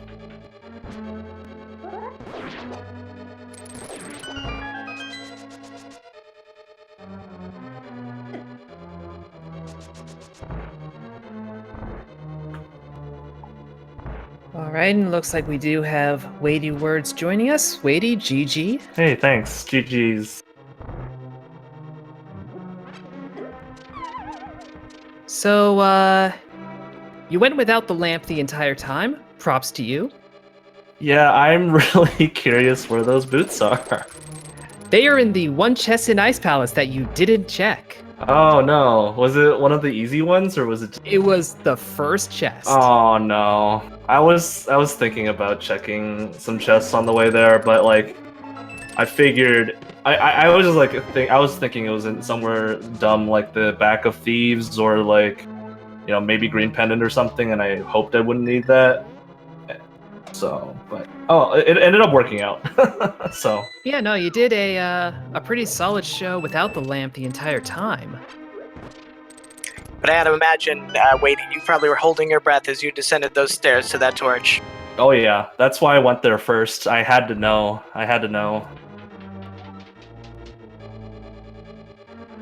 But otherwise, an incredibly respectable time of 1 hour and 12 seconds to vanquish this seed, and just really masterful skill play in this game today. So GG. Yeah, thanks. I was really sad when I got that sword on on Bumper Cave, and I was hoping that some people wouldn't check left side swamp for the cape, but then I found the other two swords in Dark Death Mountain, and I was really sad about that. Well, if I remember correctly, you checked left side swamp before even finding the hint for that. Yep. Yeah, I had all the things that I needed for swamp, and the Light World flipper checks didn't really amount to anything, so I just figured I would dip into there because it was the seed pretty much gave me everything to go in there, so it paid off a lot. I didn't expect that shovel to lead to anything, but it paid off big time going in there really early. So, late breaking, sorry to interrupt the interview here. It looks like Edium didn't mark his tracker correctly with Quake, thinking the entire time that they didn't have it. So, with the sort of latent on the menu right now, I'm wondering if Edium is considering a forfeit. I'm not quite sure. Ooh, that's rough. Yeah, for a good part of the seed, Weighty, it was you and Adium kind of holding the lead. Then as he entered go mode and didn't realize it, you really pulled away. Yeah, I'm trying to remember where Quake was. It was really early, I think. Oh damn, it was in the dam, I think, yeah. That was really early. Yeah, it was our sunken treasure. Yeah, in general, I'd say there's a pretty equal distribution of key items throughout the game, and it's sometimes you see front-loaded and sometimes you see games that sort of hold off on you, but there was a pretty even distribution of items that kept the game flowing. Yeah, definitely. And I feel like I kind of know what tripped people up. There was that whole swamp shovel leading to mids, but then there was also the hook shot in Eastern that you needed to get that, and some people don't really like going Eastern early. And then that fire rod and skull was pretty stupid. The fire rod is what's been tripping up Zero Rush and Durand in particular. Yeah, which is funny because I thought I was super ahead, and then I saw that hint that said that a unique item was in Skullwoods, and I was a little bit sad about that. I don't remember where that hint was, but I don't remember either, but I I remember want it to being say kind of early. Hera. Yeah, I think so. Yeah, okay, well, that makes sense because if it was in Hera, then I think it might have been even the second hint in Hera, which yeah. So I'm sure people would have seen that, but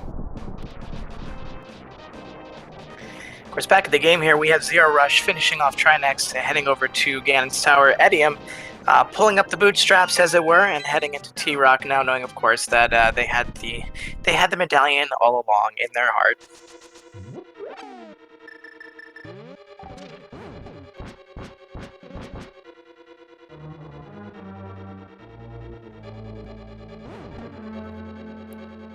So, speaking of Hera, that is something that Zero Rush and Duran both hit up pretty early by sequence breaking their way up to Death Mountain. There actually wasn't much valuable sequence breaking outside of, doing dark rooms. It seemed early on the seed was shaping up to be pretty linear. Was it feeling that way for you, Wadey? a little bit, yeah. Especially since I had last location that Dark World access, but though I really wanted to go up to Death Mountain, but knowing that Lamp was on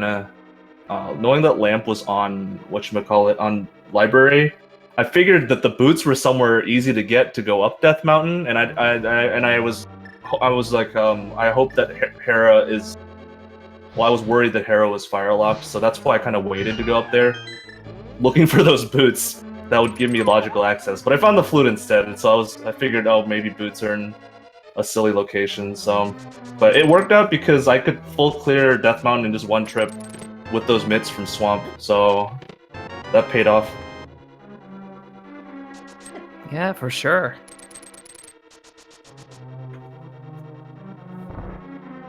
Just to give a quick update on the overall race, we have had Frostbite 3030 finishing in 3rd, Fear Aging taking 4th, P-Train with 5th, Matt 7898 coming in 6th, Ninban hitting 7th, Salty Fry in 8th, and Koi just finished in 9th. So a span of like 7 or 8 minutes, and we've had another 7 finishes. And of course, we have Zero Rush making his way up the tower as well.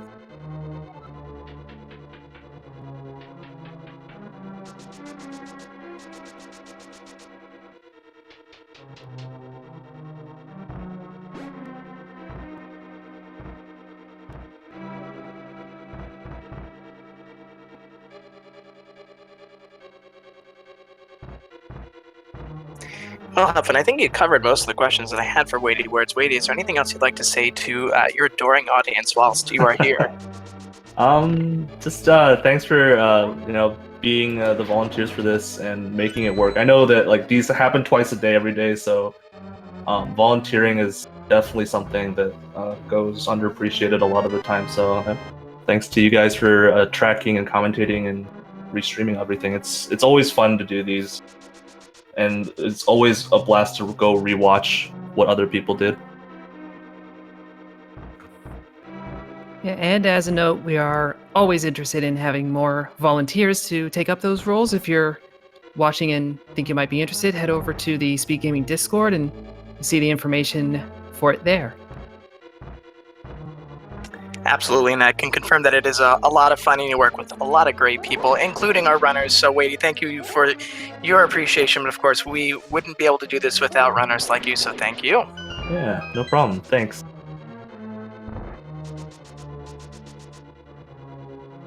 I'm gonna go ahead and dip out.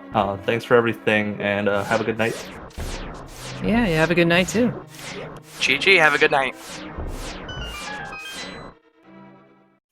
Alright, turning our attention back here, we have Zero Rush through the gauntlet, Edium making their way through T-Rock, and Duran still searching for that fire rod, I suspect, in Thieves Town.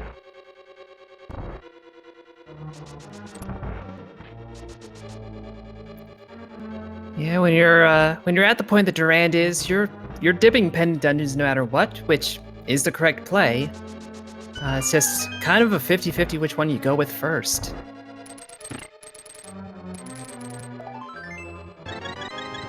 And even though Skullwoods would be faster to do all the available checks, with Thieves Town, you can check everything. So I can see how that's a little more appealing of an option. Of course, not making it easy on Duran is that second and last item is a map, and requires the need to finish blind in order to find that last item.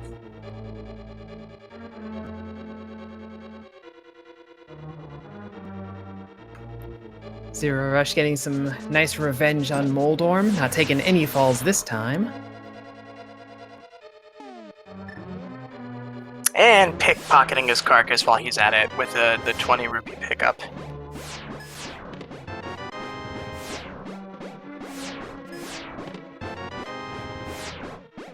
And onward, Zero Rush goes to Aghanim 2, triggering Aghanim Tree, our favorite hypotenuse-based boss, and then on his way to Ganon next.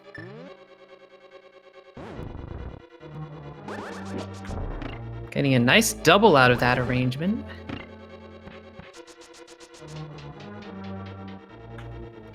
That one was not about to play nice. Well, Duran got the pendant, and so now wonder what the next move is for them as Zero Rush finishes off Aghanim 2, and Edium is going for Trinex.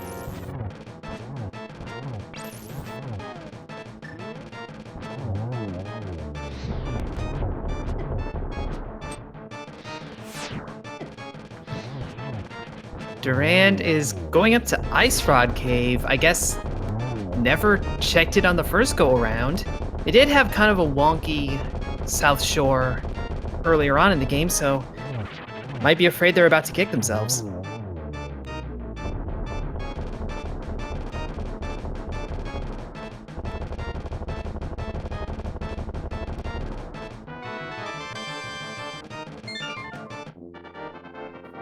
Zero Rush is doing quite well in the Ganon fight, using a bong to his advantage to get within that circle of fire bats. Yep, pretty flashy strats here.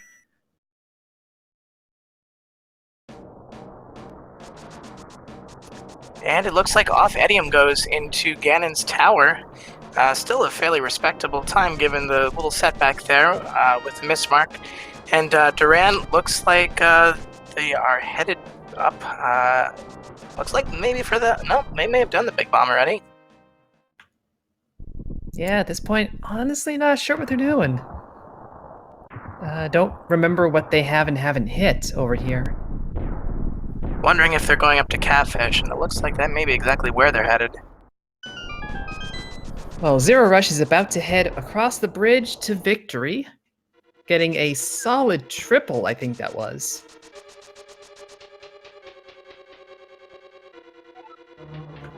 And that will be good for an 11th place finish overall. Official time of 1 hour, 43 minutes, and 31 seconds.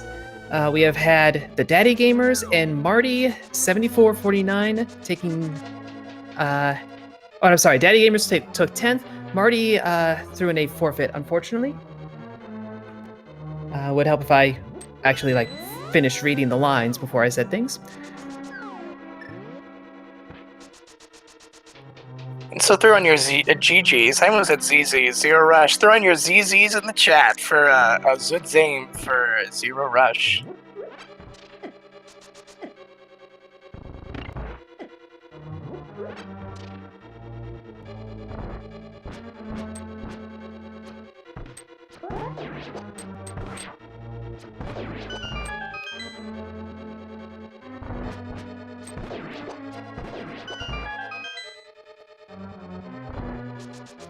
And we're joined by Zero Rush GG for a good game, Zero. Hey, good games. How's it going?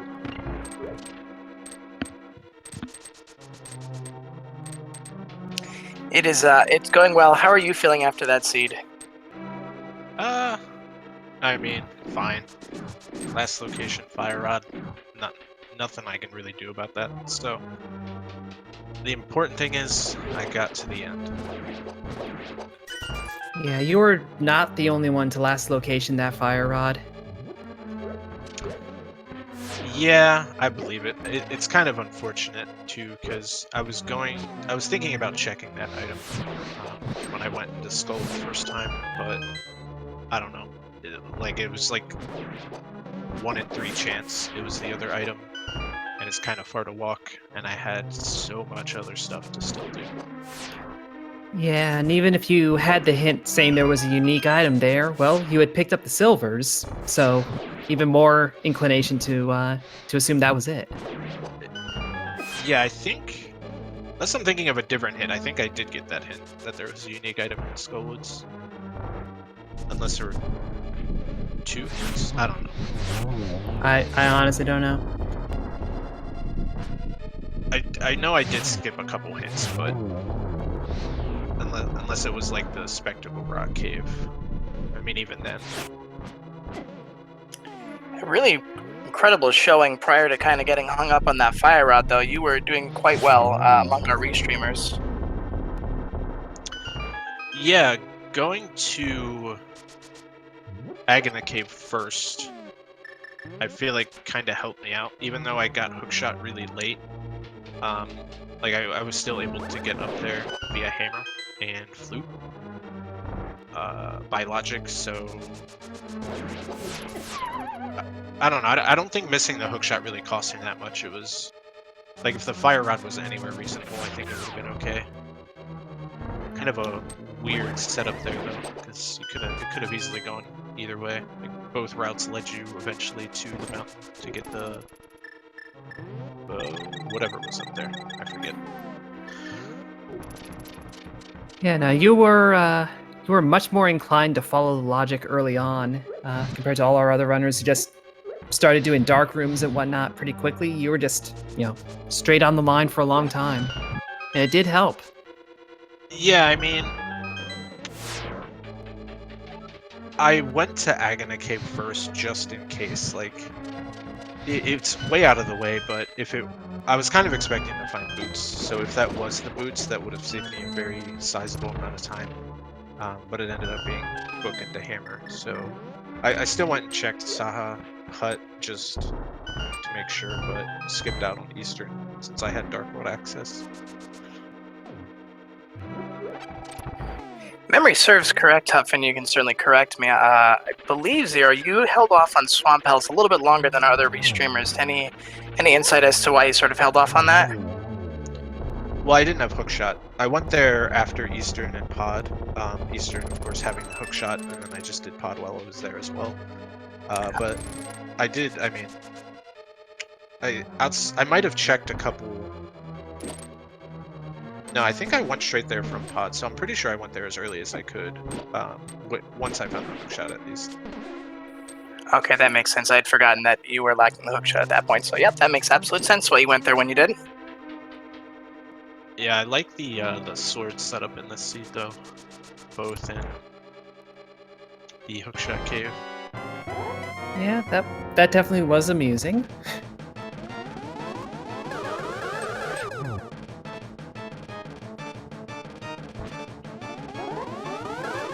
But at least, like, with the logic, that was somewhat early available, I think.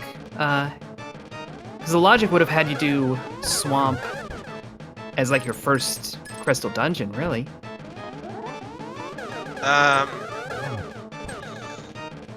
Yeah, by logic it would have been. Yeah, it would have had you get hookshot out of Eastern. Go to... I guess Hera was technically in logic as well, without jumping through hoops because of the flute. But yeah, it would have been hookshot out of Eastern to get Mitts out of Swamp. So yeah, Swamp would have been the first otherwise. And boots were in Ice Palace, of course, which unlocked the link.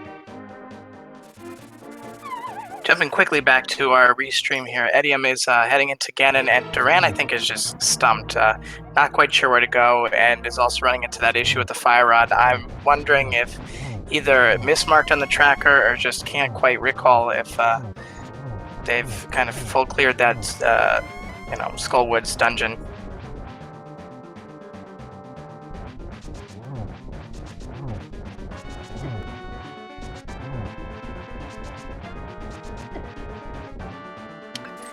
Well, Zero, I think Hupfin and I, at least I know that I've covered all the questions that I had for you, and I certainly don't want to keep you from watching the rest of the action. Is there anything else you want to say to the fan base here before you head off? No, thanks for watching. Thanks for having me on the restream. Always a pleasure. And look forward to the future races. Of course, and thank you again for being restreamed and entertaining our audience. It was great seeing you, and hope you have a wonderful night. GG. Good games. Have a good one.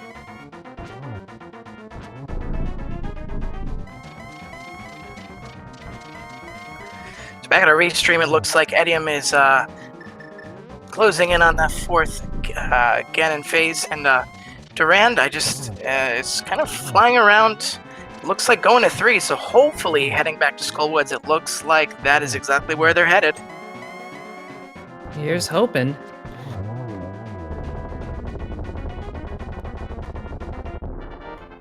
But that is it for Edium. Just has to hop over that bridge, and that will be that. So we can put some GGs in chat for Edium, who has taken 14th place. The official time, 1 hour, 51 minutes, 41 seconds. With the comment immediately after, confirming our suspicions. Mistracked the medallions. Happens to the best of us, but certainly showed some character finishing off that race. So GG's to Edium, and hopefully we look forward to talking to him momentarily as Duran is about to learn the French vanilla truth that there is, oh man, some frustration pulls and the go mode item for them.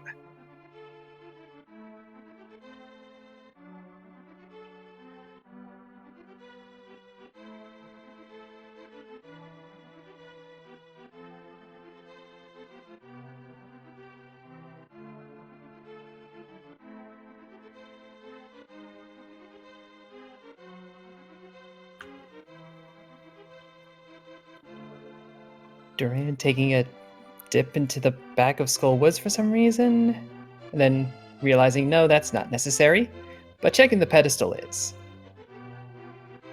I mean, I just thought they were going to take their frustrations out on Mothula, because who doesn't want to do that? Fair. I also expected them to go check pedestal for the joke, for the memes, for the hearty guffaw. The hearty guffaw memes. Hey. And of course, we're joined by Edium. Welcome back. Sorry for that mistrack, but great character in finishing up the race strong. GG's to you.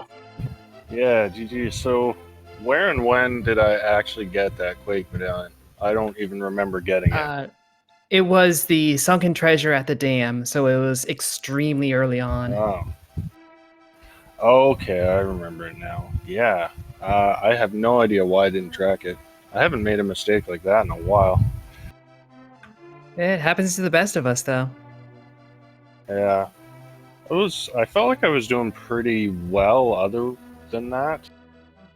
I don't know how I was comparing to everyone else, but I don't know, like that cost me at least 10 minutes searching around for that before I realized I had it. Yeah, I would say you were about on par with Weighty Words for the bulk of the seed. So it probably cost you more like 15 minutes, unfortunately. Yeah, because I did all of Thieves Town, I did Pyramid Ferry, I went up to Catfish, did Purple Chest, went back into Ice for the last item. Yeah, that's way more than 10 minutes. Wow. Yeah, that hurt. But yeah, you were doing incredibly well. At one point, we were kind of scratching our heads as to what you were looking for, and then sort of came to a hypothesis that indeed either you thought that you were missing the medallion that you needed in Ether, or that you had mistracked something. And of course, our suspicions were confirmed. But again, you hung in there, which let me tell you, there are many people who, in your position, probably just at that point throw in the towel for the day and and fight another day, but you did a great job. Yeah, literally the only thing I had left was that green pendant. So with someone finishing at 123, I was just like, how in the heck is it on the green pendant? And someone still managed to find that in 123. But yeah, it turns out I could have had a pretty solid time if I just didn't mistrack that.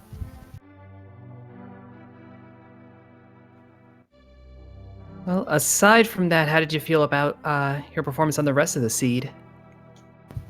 I felt like I was doing pretty well. That swamp dip, wasn't sure it was going to pay off till the shovel produced the mitts. So I felt pretty good after that. I felt good about getting the boots out of ice. And yeah, a lot of stuff just seemed to follow my path and turned like it didn't feel like I had done much checks that were wastes of time until obviously I was quote unquote looking for the Quake medallion. Yeah, we were saying this felt like a relatively linear seed this time. It didn't feel like that to me. I don't know. I felt like there was options you could have done. Like I thought maybe some people would sequence break Death Mountain early. Yeah, there was a bit of that. So I don't know. It felt like there was some options, and then you might have got the bow, and that would have dragged you over to Pod and Eastern. I don't know. I guess with Thievestown and Skullwoods both being pendants, kind of makes you not really want to go to the village all that much.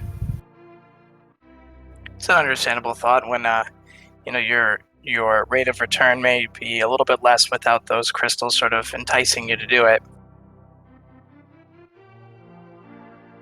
Yeah. All right. Well, GG's to the other racers. And yeah, thanks you guys for commentating and tracking. So I'll be taking off soon. All right. Well, thank you for participating and agreeing to be one of our featured runners this evening. And no GG's again. Yeah. See you guys later. Have a good night, GG. All right, and we turn our attention to Duran, our last featured restreamer tonight, and making their way through T-Rock after finally finding that fire rod, that evasive fire rod indeed, this evening.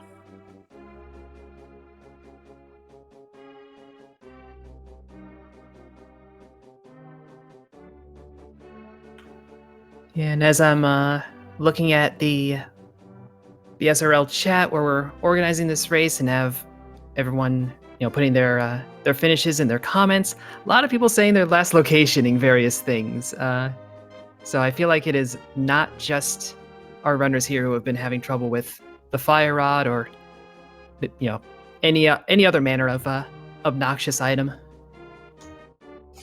And I will say, sometimes it's hard to make that decision when you go into a dungeon that has a very few amount of items and you find something as significant as silver arrows. You may think, all right, I'm just going to dip on out. This is a pendant dungeon. This was a pretty significant item. What are the chances that that second item is also significant? So, the fire rod I can see certainly being a point of debate amongst runners.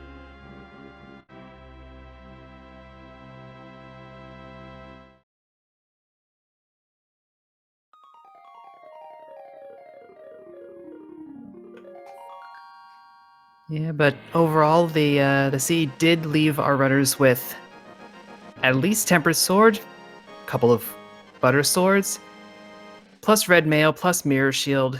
Gear-wise, you are in top shape. So a fight like this, Trinex battle, not a headache.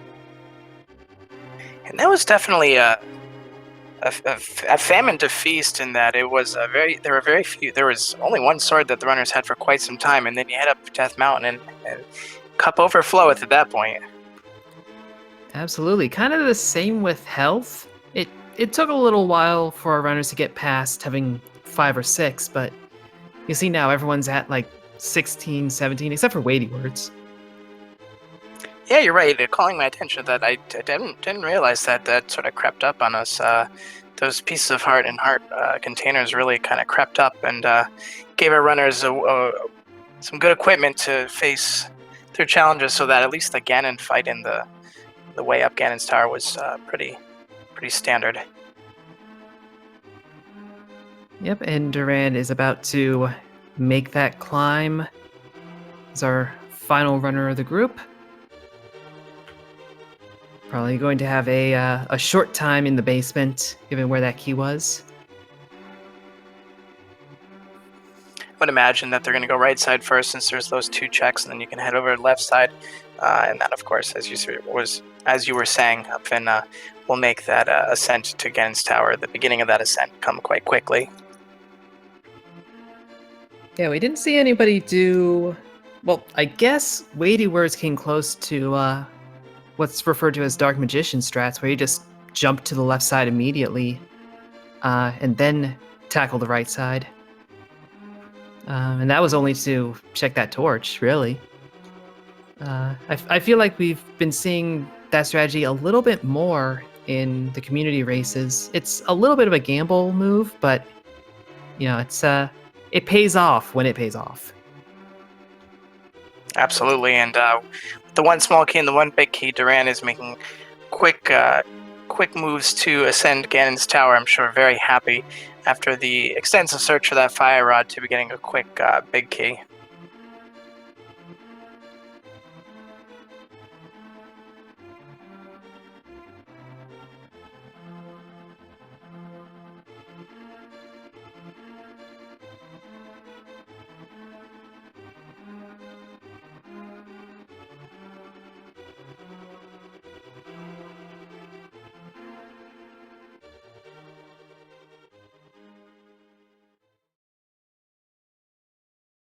Durand making their way up to the gauntlet piece of this run after taking care of the switch here and the cannonball room.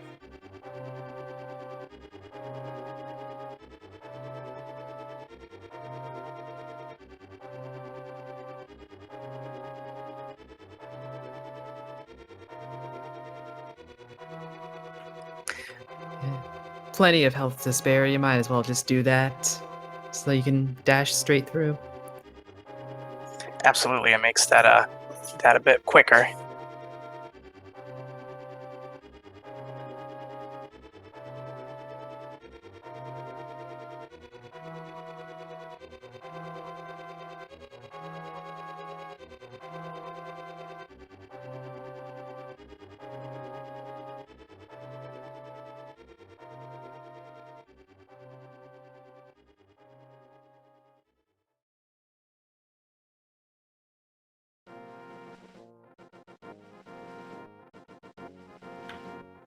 The end game of a randomizer is always kind of interesting when it comes down to just this pure execution period. You get to see how comfortable and confident these runners really are with the game that they're exploring. And Durand, of course, no slouch in execution here, making quick work of the gauntlet, making quick work of Land Mollis. My goodness, my brain is starting to quit. Land Mollis and going to those Wiz rooms at this point.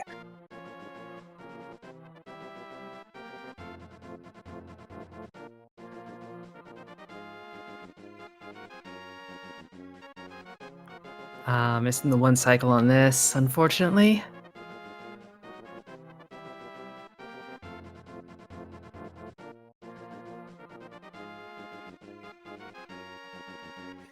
That's right, we needed to get some more Canis Samaria in this without any dip into Misery Mire. Gotta get some more Canis Samaria.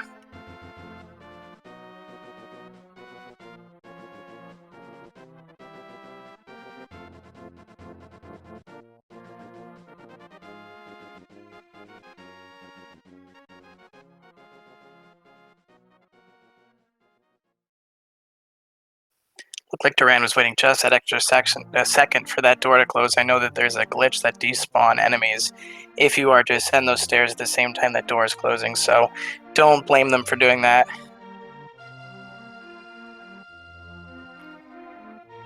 Yeah, I have to say I've never seen that glitch happen myself, but I think that's because so many runners are aware of it. Everyone takes that very minor precaution just to make sure.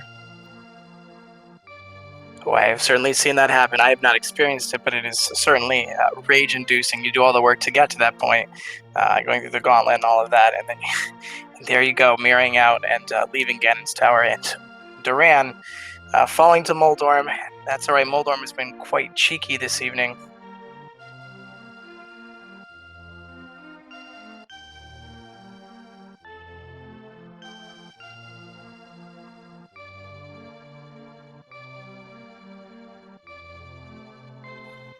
Taking their revenge on Moldorm 2 with the Butter Sword, going over that last chest saying no thank you, and making the way to Aghanim 2.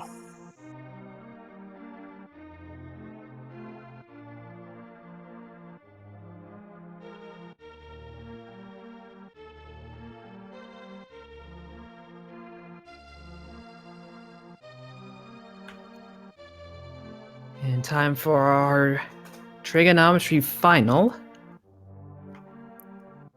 Hope you've been studying up. So far, looks like Durant has. That was a solid double.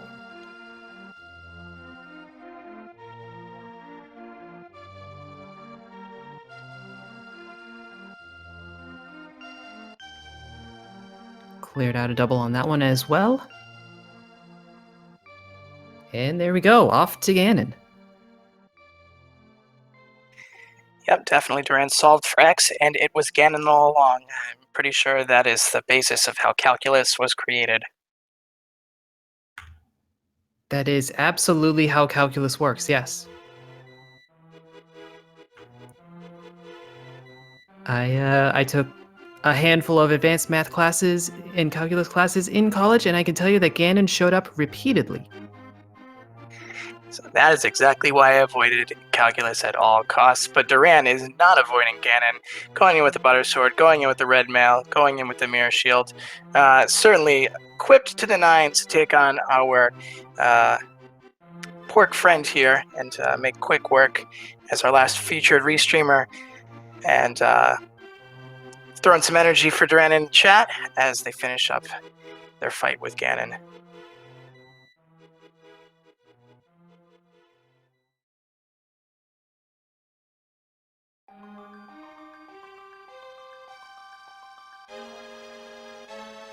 I have to say, Ganon has been pretty kind to this seed. Doesn't look like he, of course, as I'm saying this, he is now warping all over the board. I take back what I was about to say. Well, you know what? We've definitely seen Ganon misbehave worse. So, credit where it's due. Fair enough. Bar is set low for this guy. He is an evil mastermind. Nice torch glitch there by Duran. Gonna go ahead and hit that double, almost the triple. Ooh, very close.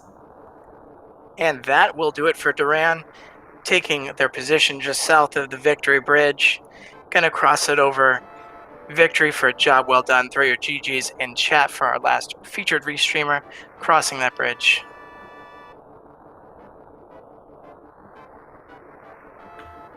Yep, and that will be a 16th place finish with an official time 2 hours, 8 minutes, and 49 seconds. So given the hangups, certainly still, a fairly respectable time for Duran. That Fire Rod, of course, being as Fire Rods do, hanging out where they should be or all along in their semi-vanilla location.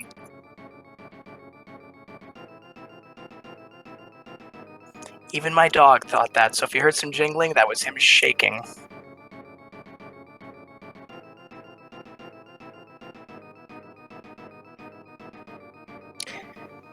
Duran, welcome and GG. GG. How are you feeling after that seed? Wish I could track better. Because I thought I'd cleared Skull Woods. That's why it took me that long. Well, you weren't the only one stymied by that Fire Rod, if it helps, or the only one stymied by a mistrack. Yeah, it happens. And of course, I was mentioning before, you go into Skullwoods, you have 2 items. You go to the first item and you get some silver arrows, and then you think to yourself, well, what are the odds that there's going to be something big in that second item? So I can understand, even if you hadn't mistracked, that the inclination to go back might be low. Yeah, in fact, if I did have 1 item left, I would have left it and probably come back later, but I would have come back sooner than that for sure if I didn't mistrack it.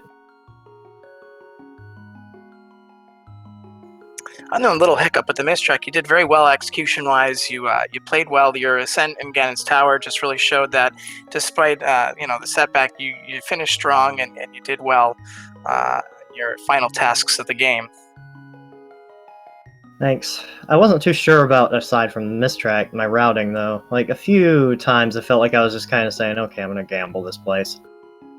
Especially toward the end. Yeah, I would say, from an observer, the only kind of awkward part was near the beginning, and that was just because you ran out of bombs and had to adapt to that. Everything else, watching it, the plays made total sense. That's true, the beginning was pretty bad, and then I went to get bombs forgetting the bush crab throws bombs anyway, so... Oops. Oh well. Yeah.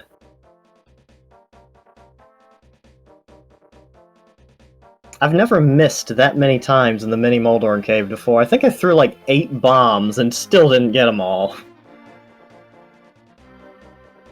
It happens. Those little critters can be quite slippery in the mini Moldarm cave, and you adapted well, and you ended up getting a bomb replenish anyway, so that didn't hurt as much as one may think.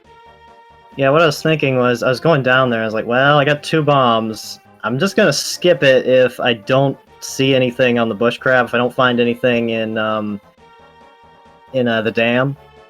And then the bush crab had it, and I was like, okay, I guess I'm gonna stop here.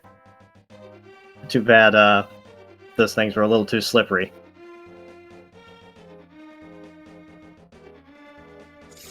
Other than that, we were saying before that the item distribution this seed was fairly even throughout the duration. It wasn't one of those seeds where you have sort of that heavy item density in the beginning or at the end where there's sort of a slow start. So at least the seed kind of kept pushing you along throughout. At least that was sort of the feeling that we had. What was your feeling about it?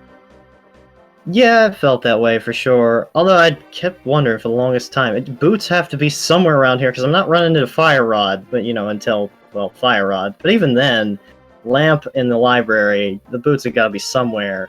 I didn't know they were going to be locked way in, it was the beginning, but in Ice Palace. That was a surprise. Yeah. Well, you say way in, it was a little bit of a ways just to get Ice Palace access. So even if it wasn't deep in, the dungeon was deep in. Yeah, that's what I really mean. It was the first chest, but, still, to me that's deep in, since you need, 2 critical items to get in there that you usually don't run into that early. So... Yeah, you usually don't run into Titan's mitts at the dig spot. That's not a thing that happens. Yeah. Oh, that'd be 3 items. I'm forgetting progression. But yeah. That's, but I had a feeling about the dig spot a little bit, just because of where it kind of got buried. I thought it might lead to something. There's no guarantee on that, though, because, the mushroom was buried, too, but that led to nothing. Yeah, true. Yeah, it's always a toss-up to see if fetch quest items will lead to anything of significance, and of course in this seed, that shovel, which is often overlooked, became certainly handy as we went through the game. Well, I'm just happy that I figured out what the last location was, because I still haven't forfeited, ever. None of my races are a forfeit, and I don't want that to happen. I was panicking. That certainly is a great accomplishment. I can't say that I shared that accomplishment with you. You have a lot more fortitude than I in keeping it going, and so GG's to you. I'm super lucky too, that's for sure. I can say that I've never forfeited a race, but that's also because I've never participated in a race. So props to you just for being willing to do it and to be on our restream. Yeah, it was fun anyway. I mean, besides which, I just know like everyone else on Restream probably beat the seed a lot faster than me. They're more experienced than I am for sure. But I hope I gave like at least I don't know, a closer to down to earth perspective on it. I mean, I know I have a little experience with it, but you know, I know they're even more experienced.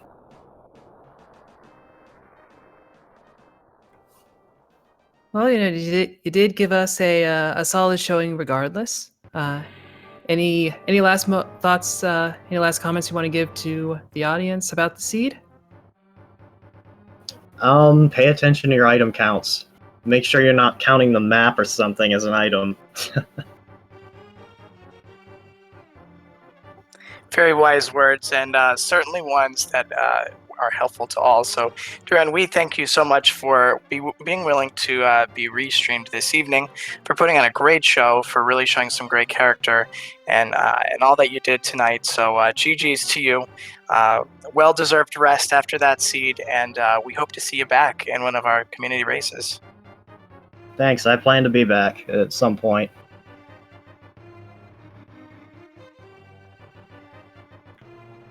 All right, and before we call it an evening, just a little update on the schedule for the Speed Gaming family of channels. This is it for today, but tomorrow, 8 a.m. Eastern, we have the Super Metroid Double Anti-Bingo over on Speed Gaming 1, followed immediately by the new Super Mario Bros. DS tournament. And then we head over to 2 p.m. Eastern. Speed Gaming 1 will have Metroid Zero Mission, and Speed Gaming 2 will have our next Link to the Past Rando daily race, along with a handful of other matches in the evening, including the Handheld Heroes Marathon and a fair bit of Kirby. So we want to, of course, thank you, the audience, for sticking with us this evening on the Link to the Past Standard Community Race, daily community race. It has been our pleasure to commentary for the seed, but of course, without the behind-the-scenes hand helping of our friends Allie and Mr. Scruff Ninja tracking this evening, splitting their eyes among 4 different windows, which is always quite a Herculean task, we would not be able to bring you this action in such a wonderfully organized manner. Of course, I want to thank you on behalf of myself, the ProFed Gamer, for joining us this evening, and I'm going to pass it off to my co-commentator to take us to our outro. Well, I'm afraid I don't have much else to say other than thank you again to all of our racers. Thank you to Ali Song and Mr. Scruff Ninja Tuna for the tracking. And thank you to the Profi Gamer for joining me on commentary. I am Hupfin. Have a good evening.